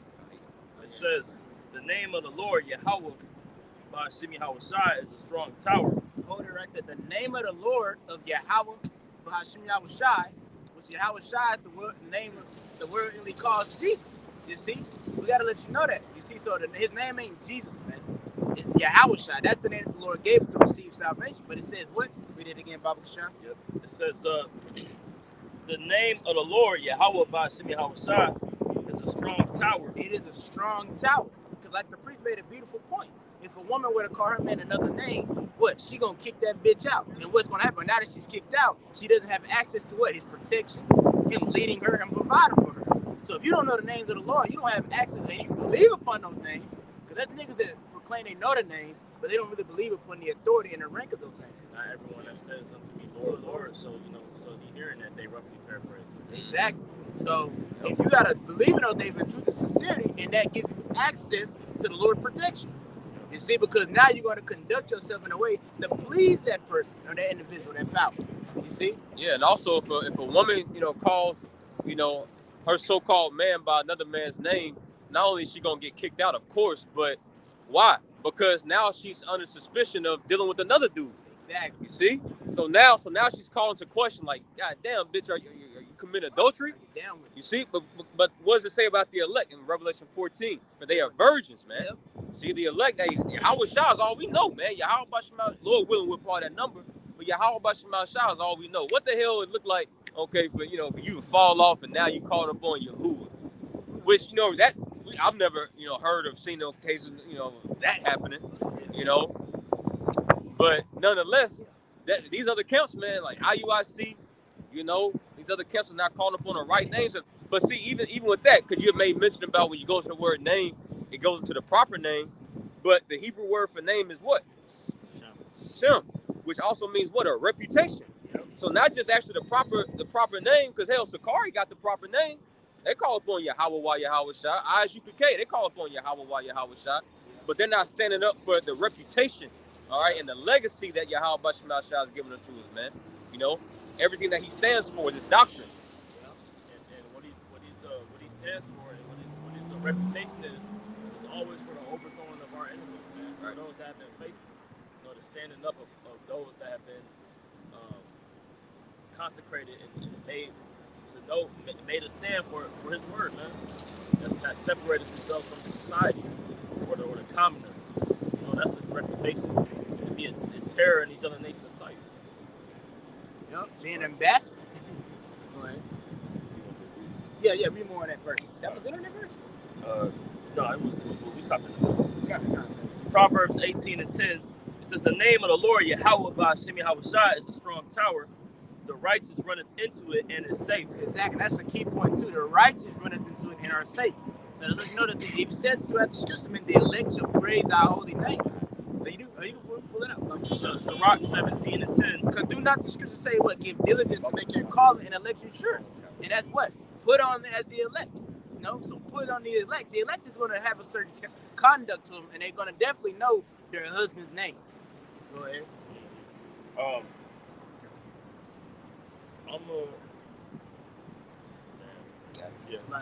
He got some.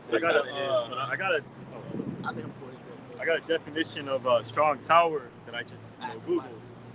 It says AI overview in a biblical context. Strong tower is a metaphor for a place of ultimate safety and refuge. Woo! Read that again. It said ultimate safety. Yep. It didn't just say a place of safety. Ultimate safety, man. Yeah, a place. If it was to say a place, meaning okay, it's just one out of many. Yeah. But it says it's the ultimate, bro. That's heavy. You got it. Yeah. It says a metaphor for a place of ultimate safety and refuge, representing the Most High's unwavering protection. Woo! Read that. You got to backtrack a little bit. Go back a little bit out where just read from the top. Strong tower metaphor for a place of ultimate safety and refuge, representing the Most High's unwavering protection. Unwavering protection. The scriptures say we have a sure word of prophecy, man. When it comes to Esau, you ain't got no fucking unwavering protection, man. If you put your trust in Esau, you're gonna get jacked up. The natives did when he came over here. They put their trust in Esau. They made them pacts. What? Esau went back on them pacts, man. You see? And that's what's gonna happen now. If we get closer and closer to Yahweh Shabbat, approaching this place, and the MOTB gonna be made mandatory. You see? And that's gonna a lot of people gonna take that seal. You see? And that seal it's gonna backfire on their ass because Esau a devil, man. He's a deceiver. He can have you take that seal and say, I'm gonna clear all your debt. And he just fucking kill your ass. Because you gotta remember too, Esau got his so-called law and statute commandments. On his Georgia guy, you know what? I don't know if you can say it, his Georgia guy, he got a certain amount of population that he got a certain amount that he want the population to be at so he could properly control it. You see? So Esau, he doesn't give you. Read that part again, Babu Shah. It says representing Yahweh Ba'Shem Yahushua's unwavering protection. Unwavering protection. The Lord ain't gonna go back on it, man. If you down for Yahweh Ba'Shem Yahushua, which the Lord ordained you from the beginning to be down for him, he ain't gonna go back on it. He gonna take care of you, man. And that's why his elect gonna be taken care of. You see? Hey, in which, if I can add, because you brought up the point, Georgia Guidestones, I'm not no conspiracy theorist or nothing like that. But when Moses came down off the mountain and he broke the tablets, it was a representation of how he couldn't hold on to that, and it was ultimately a new way that was going to be presented. The Georgia Guidestones blown up maybe like a year and a half ago. Yeah, that's right. And those is broken because what's next is he about to put those things in your inward parts. Yeah. He's trying to take it there. He wants to put those control factors, the population control. He want to put that inside of you. So if it gets over limit, then he just have your ass with a microchip in your head overheat. And now you're out of order. And that's a great point because Esau do have a godlike complex. It's a beautiful point. Yeah. Well, everything. Yeah, as the brother made mention of that, like everything that the Most High and Yahweh Ba'Shem Yahushua has done, Esau with him, like it said in 2 Thessalonians, the second chapter, how he opposeth all that is called the Most High. Yep. Okay. Well, like the brother had made mention about those tablets, with Moses. Well, Esau, he's got a device called the tablet, and where do you store the information at? In the cloud. Because when Moses, he came, Yahushua came down, or the Most High came down upon that cloud, giving Moses the information, and everything is stored in the cloud in Esau's tablets. You're like, bro, so he's the fucking devil. Yep. Like you saying, man. So if you can't, that's why scripture say, if not, where and who is he? Is Japheth doing this? Is Ishmael doing this? Or is it the so-called white man? Exactly. It's plain as day. But I should say it's plain unto the wise, but it's stumbling block into the simple. Did you finish that on that? There's the last part that said, and strength to those who trust in him. Ooh, and strength. I'm going to say strength to those that trust in him. You see? And then trust goes into what? Strength goes into faith. I mean, trust goes into faith, you see? Having faith in Yahweh Shai. So the ones that had a faith in Yahweh Shai, what? He's going to take care of them and he's going to give them strength. You know, he's going to make sure that when he comes back to bring judgment upon his place, they're excluded from it. That's why they got that Dawah that it speaks about in Ezekiel 9. You see? You guys? This is Jeremiah chapter 17, verse 5. It says, "Thus saith the Lord Yahweh, cursed be the man that trusteth in man." It said, "Cursed be the man that trusteth in man." You trusting in creation, and that's what a lot of Jake do, man. You trusting in Esau's system. You see? That's why you guys say that. He said, you trusting in Esau's system. The Lord said, "Cursed be the man that trusteth in man." Esau can't deliver his own self. As much as he done tried to escape prophecy, he just fall right line into it, man. Because like Paul said, who have resisted his will? It's like, who has resisted the Lord's will? Nobody, man. The Lord ordained. The Lord said Esau he gonna rule. He fucking rule. You see, even going back to Genesis, when it gets to the blessing, Esau got his blessing to do it in heaven, the fattest of the earth for a period of time. We looking at that right now. And Isaac, if you can receive it, that's Yahweh Shai, you see. So he gave Esau an authority for a period of time. You see. Go ahead. Isaiah 17 and 5. "Thus saith the Lord, cursed be the man that trusteth in man, and who maketh flesh his arm, and whose heart departeth from the Lord." Exactly, make a flesh his arm, because the scripture when they speak about an arm, it speak about your strength. So you make flesh your strength. You're trusting in Esau or your fucking gun, whatever the fuck, but you ain't trusting in Yahweh Bashma Shai, man. You see? And if you don't trust in Yahweh Bashma Shai, how you expect to be delivered when he comes? But the only ones that trust in Yahweh Bashma Shai, they're going to be delivered, as the priest was reading in that definition of the strong tower. The ones that trust in the Lord, he's going to give them strength. You see? That was pretty much it. Yeah, because when do you usually go to a strong tower? In the heat of a battle, in the heat of a war. You go there for a place of refuge. You have all your provision laid out there. you got extra armor. You got extra, military equipment, swords, spears, horses, chariots. You got all those things in the strong tower, man. So provision is made in the strong tower. Yep. See, but these other camps, these wicked shepherds, man, leading you anywhere and everywhere except the strong tower. Telling you we don't know where the strong tower is. We don't have the names, man. So Jake is out here naked, bro. Exactly. That's a beautiful point. You know what I'm saying? Because that's it's gonna be a lot of blood upon those individuals' hands. Because yes, if some of those men, which when we know that some of them could be the elect, but the ones that are not, yeah, the Lord gonna jack their ass up for being wicked, but He gonna require it at the head. You know what I'm saying? Head. Because you're like you said, you're saying that there's no strong tower out. Man, you gotta think about that, man. You see, here it is. You couldn't find a true Israelite, and Isaiah 6:1 said this is the good news.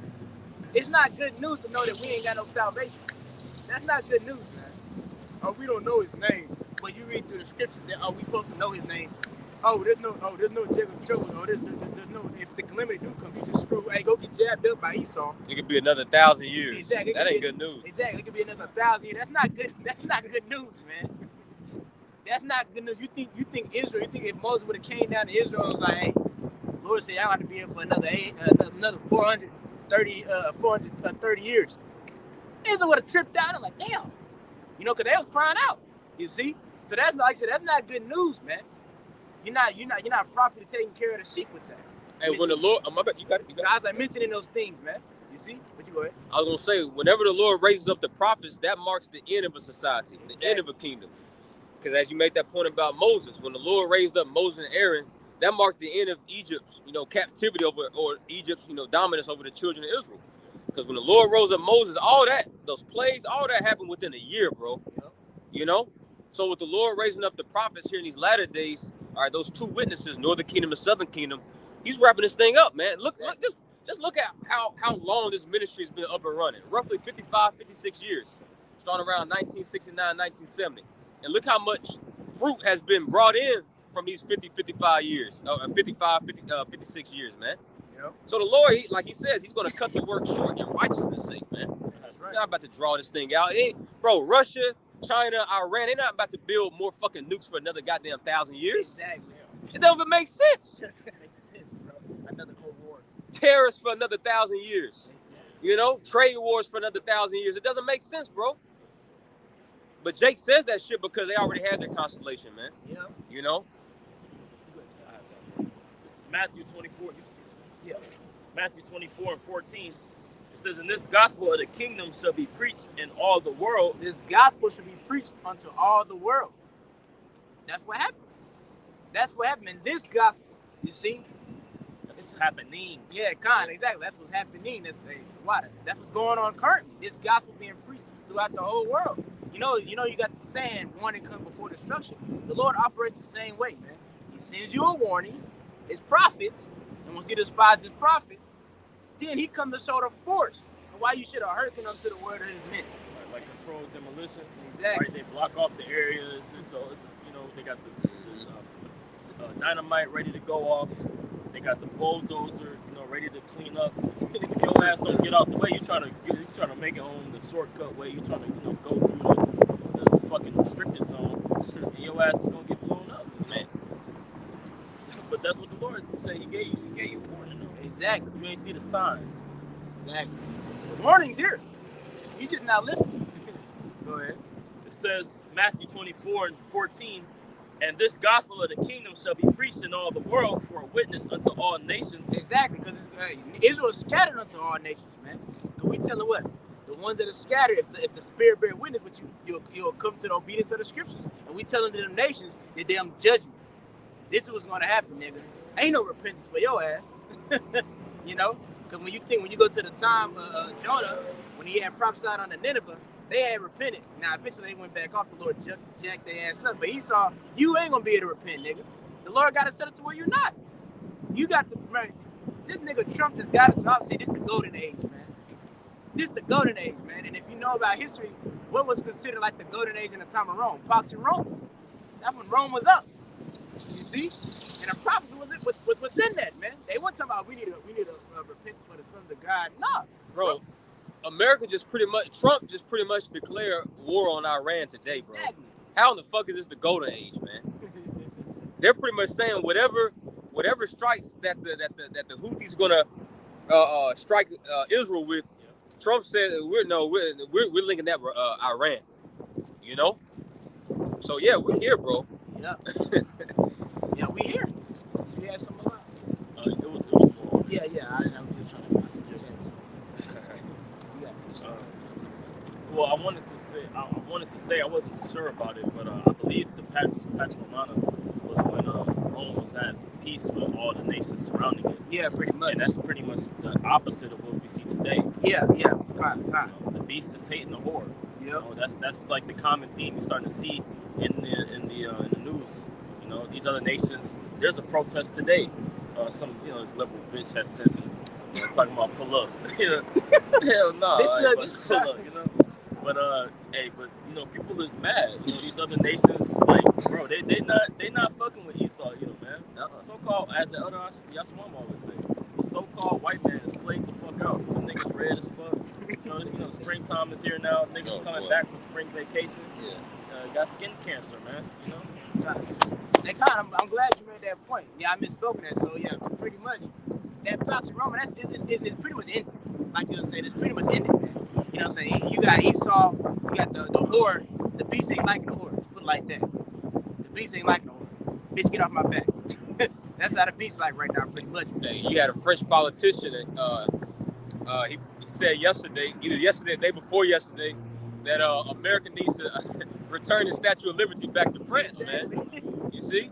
Because basically America's not standing for, those old principles that France, was fucking with, I believe it was shipped over here in 1885 or something. 1865.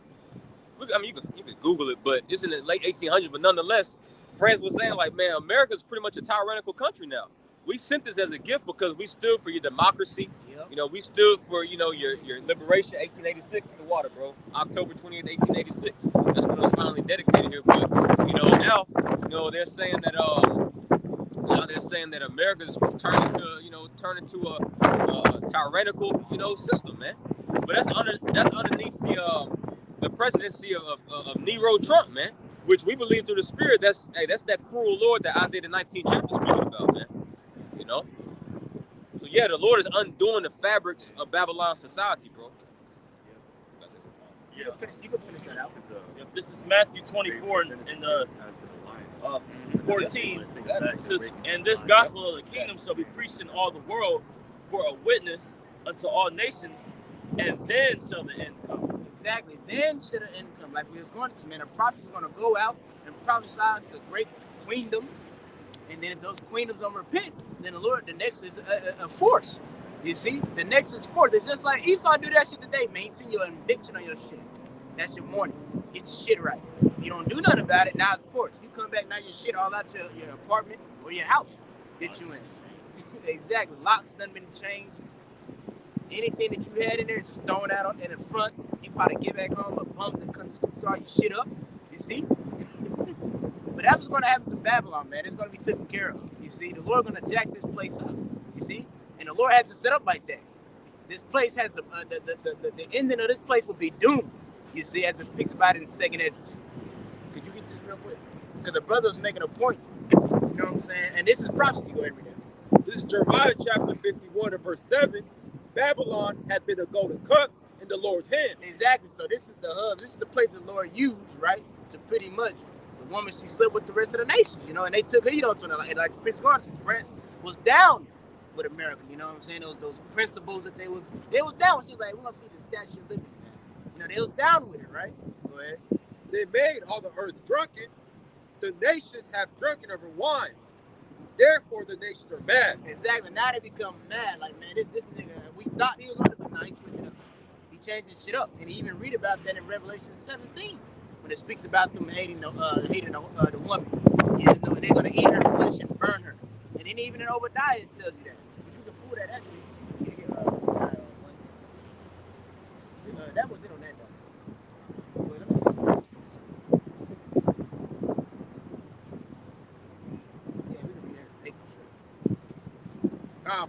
Jeremiah chapter 51 and verse 8. Babylon is suddenly fallen and destroyed. How for her, take bond for her pain, if so she may be healed. And that's the mindset of Jake, man. Jake got that mindset that America's gonna be healed. You see, it's gonna go back to normal, but not even like the priest said. Jake would make a nigga wouldn't say we got 1,000 years if he thought this place wasn't gonna get healed. Oh God. If you went inside of a damn house and that bitch burned down, you're not gonna tell your woman, yeah, we could probably say this over another 5 years. You gotta get the fuck out. You gotta get the fuck out. This motherfucker burning down. Right. You're not gonna say that shit, right? You're not gonna say that. So when nigga to say we got 1,000 years, clearly the Lord said otherwise, man. And when Scripture said that the word of the Lord is not vain, so you're not looking at prophecy and understanding what's going on. And it's really, like you said, you comfortable. You see? If you in a damn, like I'm saying, if you in a house, you ain't talking about remodeling, this motherfucker burning down, man. You're not in your damn bed, damn. You see that fire? I'm gonna make a design with that. No, you like that. We gotta get the fuck out. We gotta grab everything we can fucking grab. That shit gonna hit our pockets. And that's the mindset you in. But the prophets, they in that mindset, the elect. We see this place burning down, which is Scripture said we didn't have a continuous city here, but we see when it comes. So we didn't look at this place as pitching tent anyways, man. We came in the spirit of being a pilgrim, as the Scripture said you will be. We was in the spirit of, this is just a pit stop. We just stop here for a little bit. You know, even when you go into the etymology of the word pilgrim, if anyone says somebody's on a journey, we got to pull traveling to a holy place. Yeah, kind of throw out a traveling to a holy place. That's what the elect doing, man. They traveling to their holy place, which we're going to see that they're going to be caught up into the heavens and not chambers. You see? Yeah, can you break it? This is Jeremiah 51 and 6. It says, flee ye out of the midst of Babylon and deliver every man his soul. Woo! Exactly. Flee ye out of the midst of Babylon. You see? Because the nation's even going to try to do that to a sense. You see? And that's not talking about literally. Like, we got to go here. We got to go over to Egypt. Nah, man. The Lord ain't talking about flee out of it physically. It's talking about mentally, man. Get your mind out of this place. What it says in Micah 2 and 10. You know what I'm saying? Rise and depart, for this is not your rest. It shall pollute you. You see? Coming out of this place spiritually, you see? Not have your mind in this place. Oh, this is the end all be all. That's what it's talking about, flee out of Babylon. Which that's what the elect going to be doing. They're going to be fleeing out of Babylon because this is the place where we're going to get delivered, man. Yahushua going to come and deliver those with that mindset. Yep, it says, flee ye out of the midst of Babylon. because if I can add, Yahweh shall pray. He says, Father, I will not that you take them not out of the world, but you should keep them. Exactly. You know, so hey, because the Lord is setting us up, you know, for the greatest deliverance, man. We speak about this great destruction that's coming, but also if we endure to the end, hey, we're being set up for the greatest deliverance. But we're gonna be here in the midst of this shit. But the Lord's gonna keep us. We do that with faith. Exactly. You know, you get that word keep in the Hebrew, it's shamar. You know, and to say, Lord, keep me. You know, Yahweh Shemal Shah Shamarka. Oh, I mean, Salaki, Shamarka. You know, keep me. Yeah. You know, I pray that every day, man. And like you're saying, that's what the Lord did for Noah. He didn't have Noah be relocated and he flooded the Noah. Noah's right there in the midst of all that shit. And he made sure he took care of Noah by having him build that ark. You see, and right now we're building that spiritual ark so we could sail through that fucking fire. You see? He ain't gonna take them out of it. Because if you take them out of it, then it won't be considered salvation. Because salvation means they be delivered from bad times. That's what it means. Yeah, the mist is like, yeah, that's what that means. It's like, pretty much, you can't be one foot in this truth and one foot in the world. Yeah. You know, you gotta, like how Moses did, he drew that line within the sand, dividing, certain individuals from other individuals, man. Hey, that division is being drawn now. You know, where it's like either you're going to get on the right-hand side, on the righteous side, or you're going to be on the left-hand side. The Lord is letting these things be known, and that's through this what? Through this word, man. This word is a dividing factor. It's a polarizing effect upon the people, showing them their true heart and their true intent. Exactly. And that's what's gonna, and like you said that, because it's gonna be their true intent fully gonna be manifested when the Lord turn things up, man. That's why Scripture say that a friend cannot be hidden in adversity. Well, a friend cannot be known in their prosperity, and an enemy cannot be hidden in adversity. You see, so when the Lord turned this shit up, it's gonna really show where does your faith lie in. You see, where did you really build your house? You said you built your house on the rock of Yahweh Shai, or did you just build your shit on sand? What sand is what? Them other assets that you view as salvation. That's what's going to be manifested. Exactly, mother philosophers. And Salaki is a slip of the tongue. It's Shamarya. That's how you say keep me. You know, Shamarka means to keep you. You know, may the Lord, keep you. Like it say in Numbers, the 6th chapter. Yeah. You know, the prayer, the blessing that the sons of Aaron was to, pronounce upon Israel. You know, Shamarka. You know, may the Lord keep you, watch over you. You know, but to make it personal, Yahweh Shemal Shah Shamarya, meaning, keep me. It says, Jeremiah chapter 51, verse 6, flee out of the midst of Babylon and deliver every man his soul, be not cut off in her iniquity, for this is the time of the Lord's vengeance. Exactly, and you niggas gonna be cut off in her iniquity because you just like her. Like your outside, you're like your father, the devil. You niggas and you women, y'all just like Esau, pride as hell. You see? Just like him. So why not the Lord gonna cut your ass off? You ain't acting like the elect. The elect gonna have a humble spirit, man.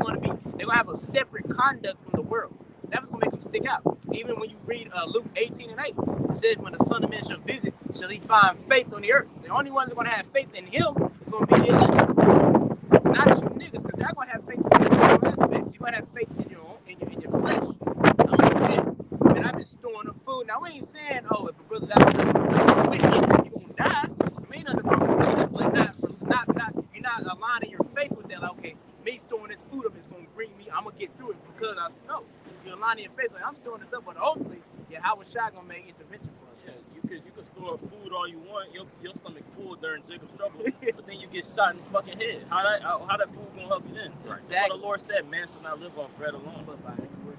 You know, it's this knowledge that's gonna preserve you, man. Exactly. You know, you think you preparing in a way for the Lord, to completely judge you a totally different way. You know, like that's the Lord will work like that. You know, we can't even comprehend the judgment of the Lord, man. That's why the scripture said we have a sure word of prophecy. Because when you think about it, the Lord touches all spectrum. He just said, trust in me and I'm taking care of you. So we ain't got to worry about how we gonna do this, man. What if, like you said, what if I stop and I get shot in the head?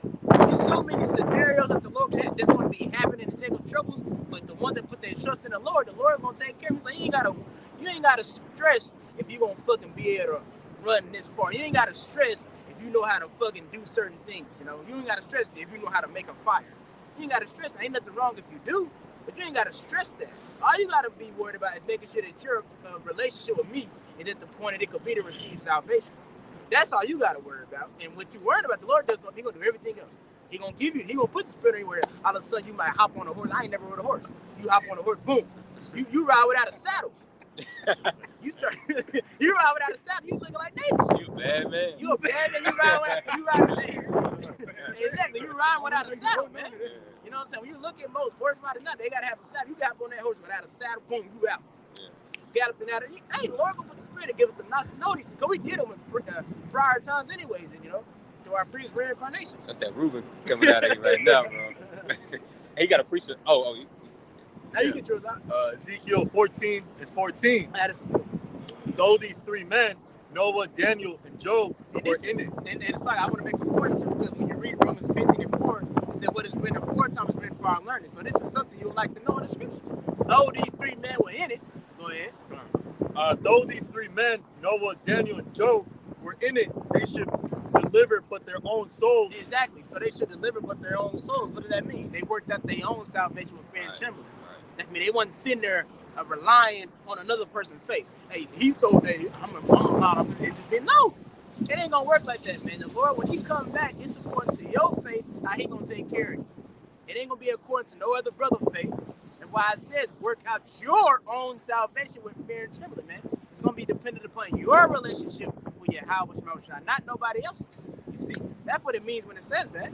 You go ahead. It said, but their own souls by their righteousness, saith the Lord Yahweh. Read it from the top. Ezekiel 14:14. Though these three men, Noah, Daniel, and Job, were in it, they should deliver but their own souls by their righteousness, said the Lord Yahweh. Exactly, because the priest made that point earlier. We're going to be here when the shit, we're going to be in the midst of all this hell, man.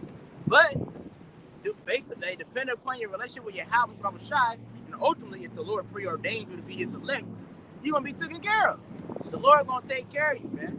You see, it ain't going to be another brother, his faith. No, it's going to be your faith, your relationship, because if you even think about it on a smaller level, you can't tell your brother, let's say you ain't got a good relationship with your father, you can say, hey, bro, ask dad, can he give me something? Your dad going to why the fuck he didn't call me? Why he didn't call me? And I can't speak for other brothers, but that made my dad mad. I'm finna say that. That could make the dad even more infuriated. Like, you had the audacity, knowing damn well that you ain't hit me up in XYZ amount of years, you ain't even talked to me. You said, I ain't want shit to do with you, dad, asking me for fucking him through your brother. The father might even get mad at the brother. Like, you tripping. You should have known, Both of y'all get your ass. Yes. Both of you get your ass whooped, man. Hey, Yahweh Shai said, you have not because you ask not. Exactly. Hey, closed mouths don't get fed. That's fact. You have not because you asked. You asked. As a matter of fact, could you give me a way to get your side? This Psalms 34, let me get verse 9 and 10. Oh, fear Yahweh Shai, ye His saints, for there is no want to them that fear Him. Ooh, read that again, man. Yep. Did not the Lord said? Did not David said the Lord is my shepherd, I shall not want. You go into the lifestyle of a shepherd. The lifestyle of the shepherd, they pretty much the sheep didn't have to worry about that. The sheep didn't even have to fucking think. If you really think about it, they ain't gotta think. Oh, is this a good pasture that I'm going through? Oh, is it? All they gotta do is see the shepherd. Okay, the shepherd here, he takes care of us. You see, because that's the goal of the shepherd. Did not Yahweh Shai say in John 10, I am the good shepherd? You see? Go ahead.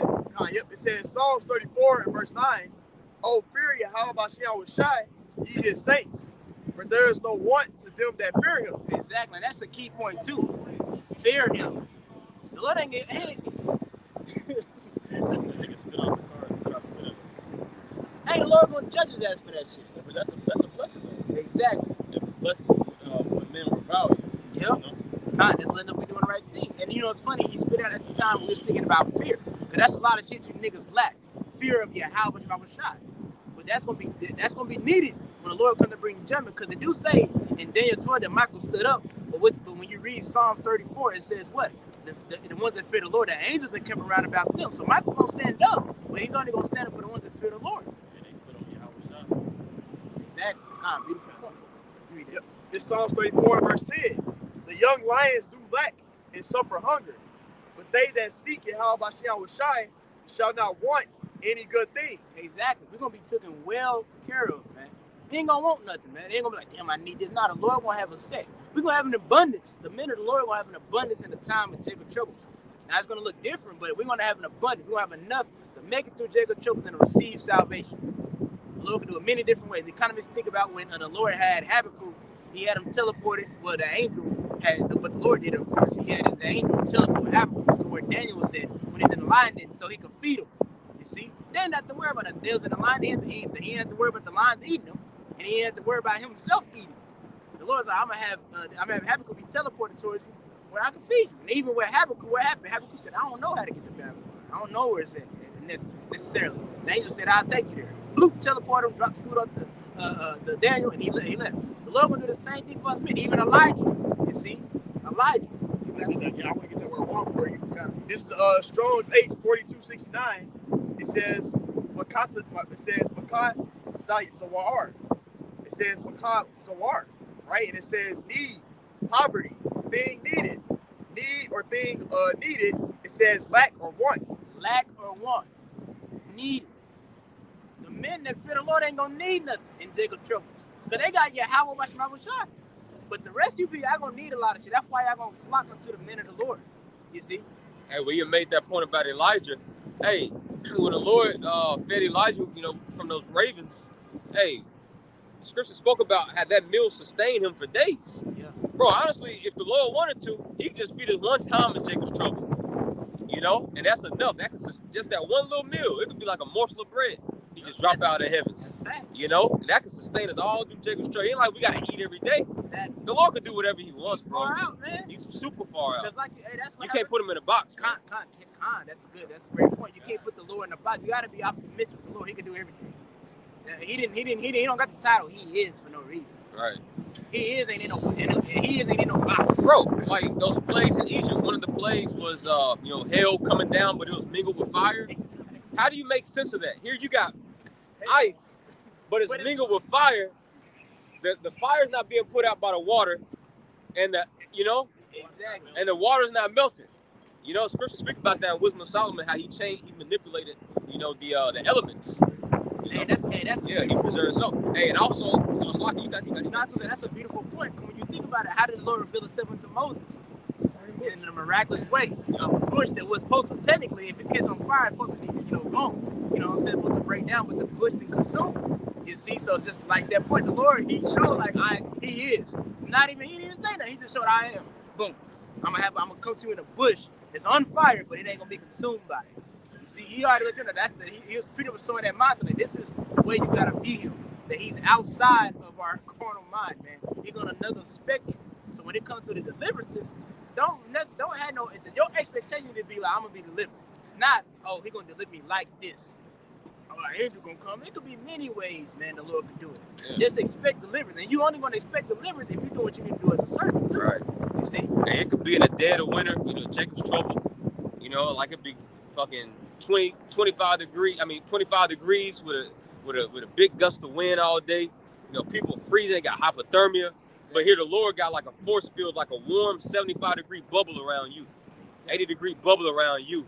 You feeling, it's just like a little, nobody can see it though. Exactly. But the angels just like, keeping warm air around you, but everybody else is freezing to death, man. These are things you gotta think about, bro. The Lord is cold, man. He is. That's a beautiful point. Did you finish on that your side? No. This is Matthew chapter 7, verse 7. It says, ask and it shall be given you, seek and ye shall find, knock and it shall be opened unto you. For everyone that asketh receiveth, and he that seeketh findeth, and to him that knocketh it shall be opened. Exactly. Like the priest said, you have not because you ask not, man. You gotta ask. How the hell, if you think it, because when the Lord said it to me, you can tie this to everyday life, man. Even with a child, because I like to bring the child example. If a baby don't cry, you won't know it needs something. The key point is the baby crying. If the baby not crying, you're gonna be like, okay, the baby good, he don't need it. But once that baby cry, it lets you know it needs something. That's why when you read Ezekiel 9, the Lord said, I'm gonna set a marker point those and sign cry for those abominations. Because they're letting me know that they need me. Even when you go into Exodus, right? What made the Lord remember Israel? When they cried unto him, it said that he remembered them. You see? They had to cry unto him. So if you're not crying unto the Lord ain't gonna remember you. You see?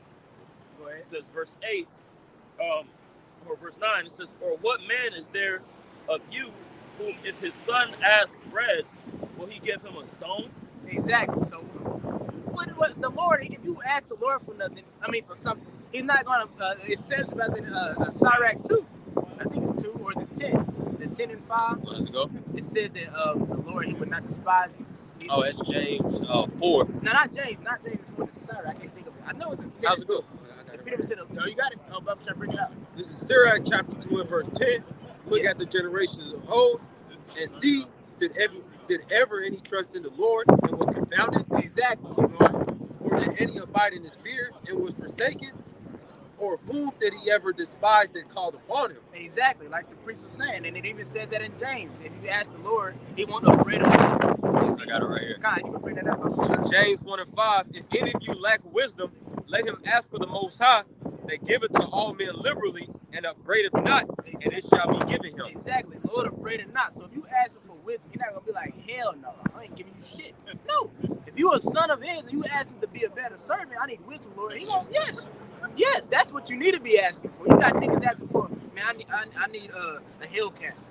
Hell nah, nigga, you don't need no fucking Hellcat. You don't even got no driver license. But we'll also say, when the Lord, when you do ask for, the Lord to give you more, spiritual attributes, maybe more faith, more endurance, just be prepared to catch more hell. Because he just ain't about to hand it to you like, here you go. No, he gonna make you work for it, bro. Exactly. You're gonna have to expect to lose some shit, have mental torments and vexations. That's how that gift is cultivated. Yep. So like they say, be careful what you ask for. Exactly. Hey, that's the quality of a true father. Yeah. A real father. No, I'm speaking for myself. My father, he ain't never give me shit when I had to ask. I had to ask my mama. But he didn't give me shit. I knew I ain't gonna ask my dad because he gonna say no. The first thing he gonna ask me, how your grades looking? He ain't never looked at my grades, but how your grades looking? How this? How you doing at school? How this? Did you do this? Did you clean that kitchen? Nah, but I asked my mom, she won't ask all that stuff. You see, but like saying, like the Lord, He ain't just gonna hand it to you. It's gonna come along with something because you gotta earn it. You see? Go ahead. This is back in Matthew 7 and 8. It says, or 9. It says, or what man is there of you whom if his son asks bread, will he give him a stone? Exactly. Lord ain't gonna despise you. You're not gonna upbraid him if you do that. Go ahead. For if he asks a fish, will he give him a serpent?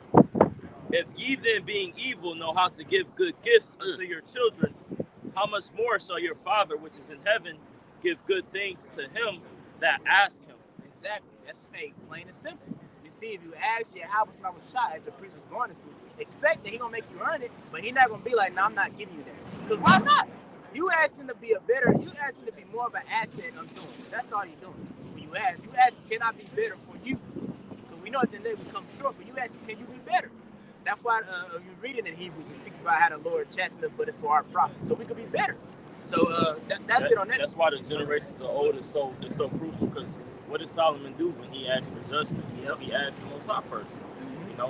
So when we consider the things Yahweh did, even asking the Father to take away certain things, when he was about to reach that point of his crucifixion. Some things you just don't get. You ask, but you take those whatever is given, or if it's not, you take it as the Lord's will. Man. Yeah. Hey, Father knows best. The Lord only gives you certain things if He knows it's going to help you or not, or at that moment. Something might not be for that moment. But Lord, will this edify through the power and spirit of Yahweh, Bahashim Yahushai. We're going to end it up with saying, Call Allah. Yahweh, Bahashim Yahushai, Bahashim Rakakodash. We're going to get up our honors to the apostles and the elders, great millstone. And to y'all, we're going to say Shalom. Shalom.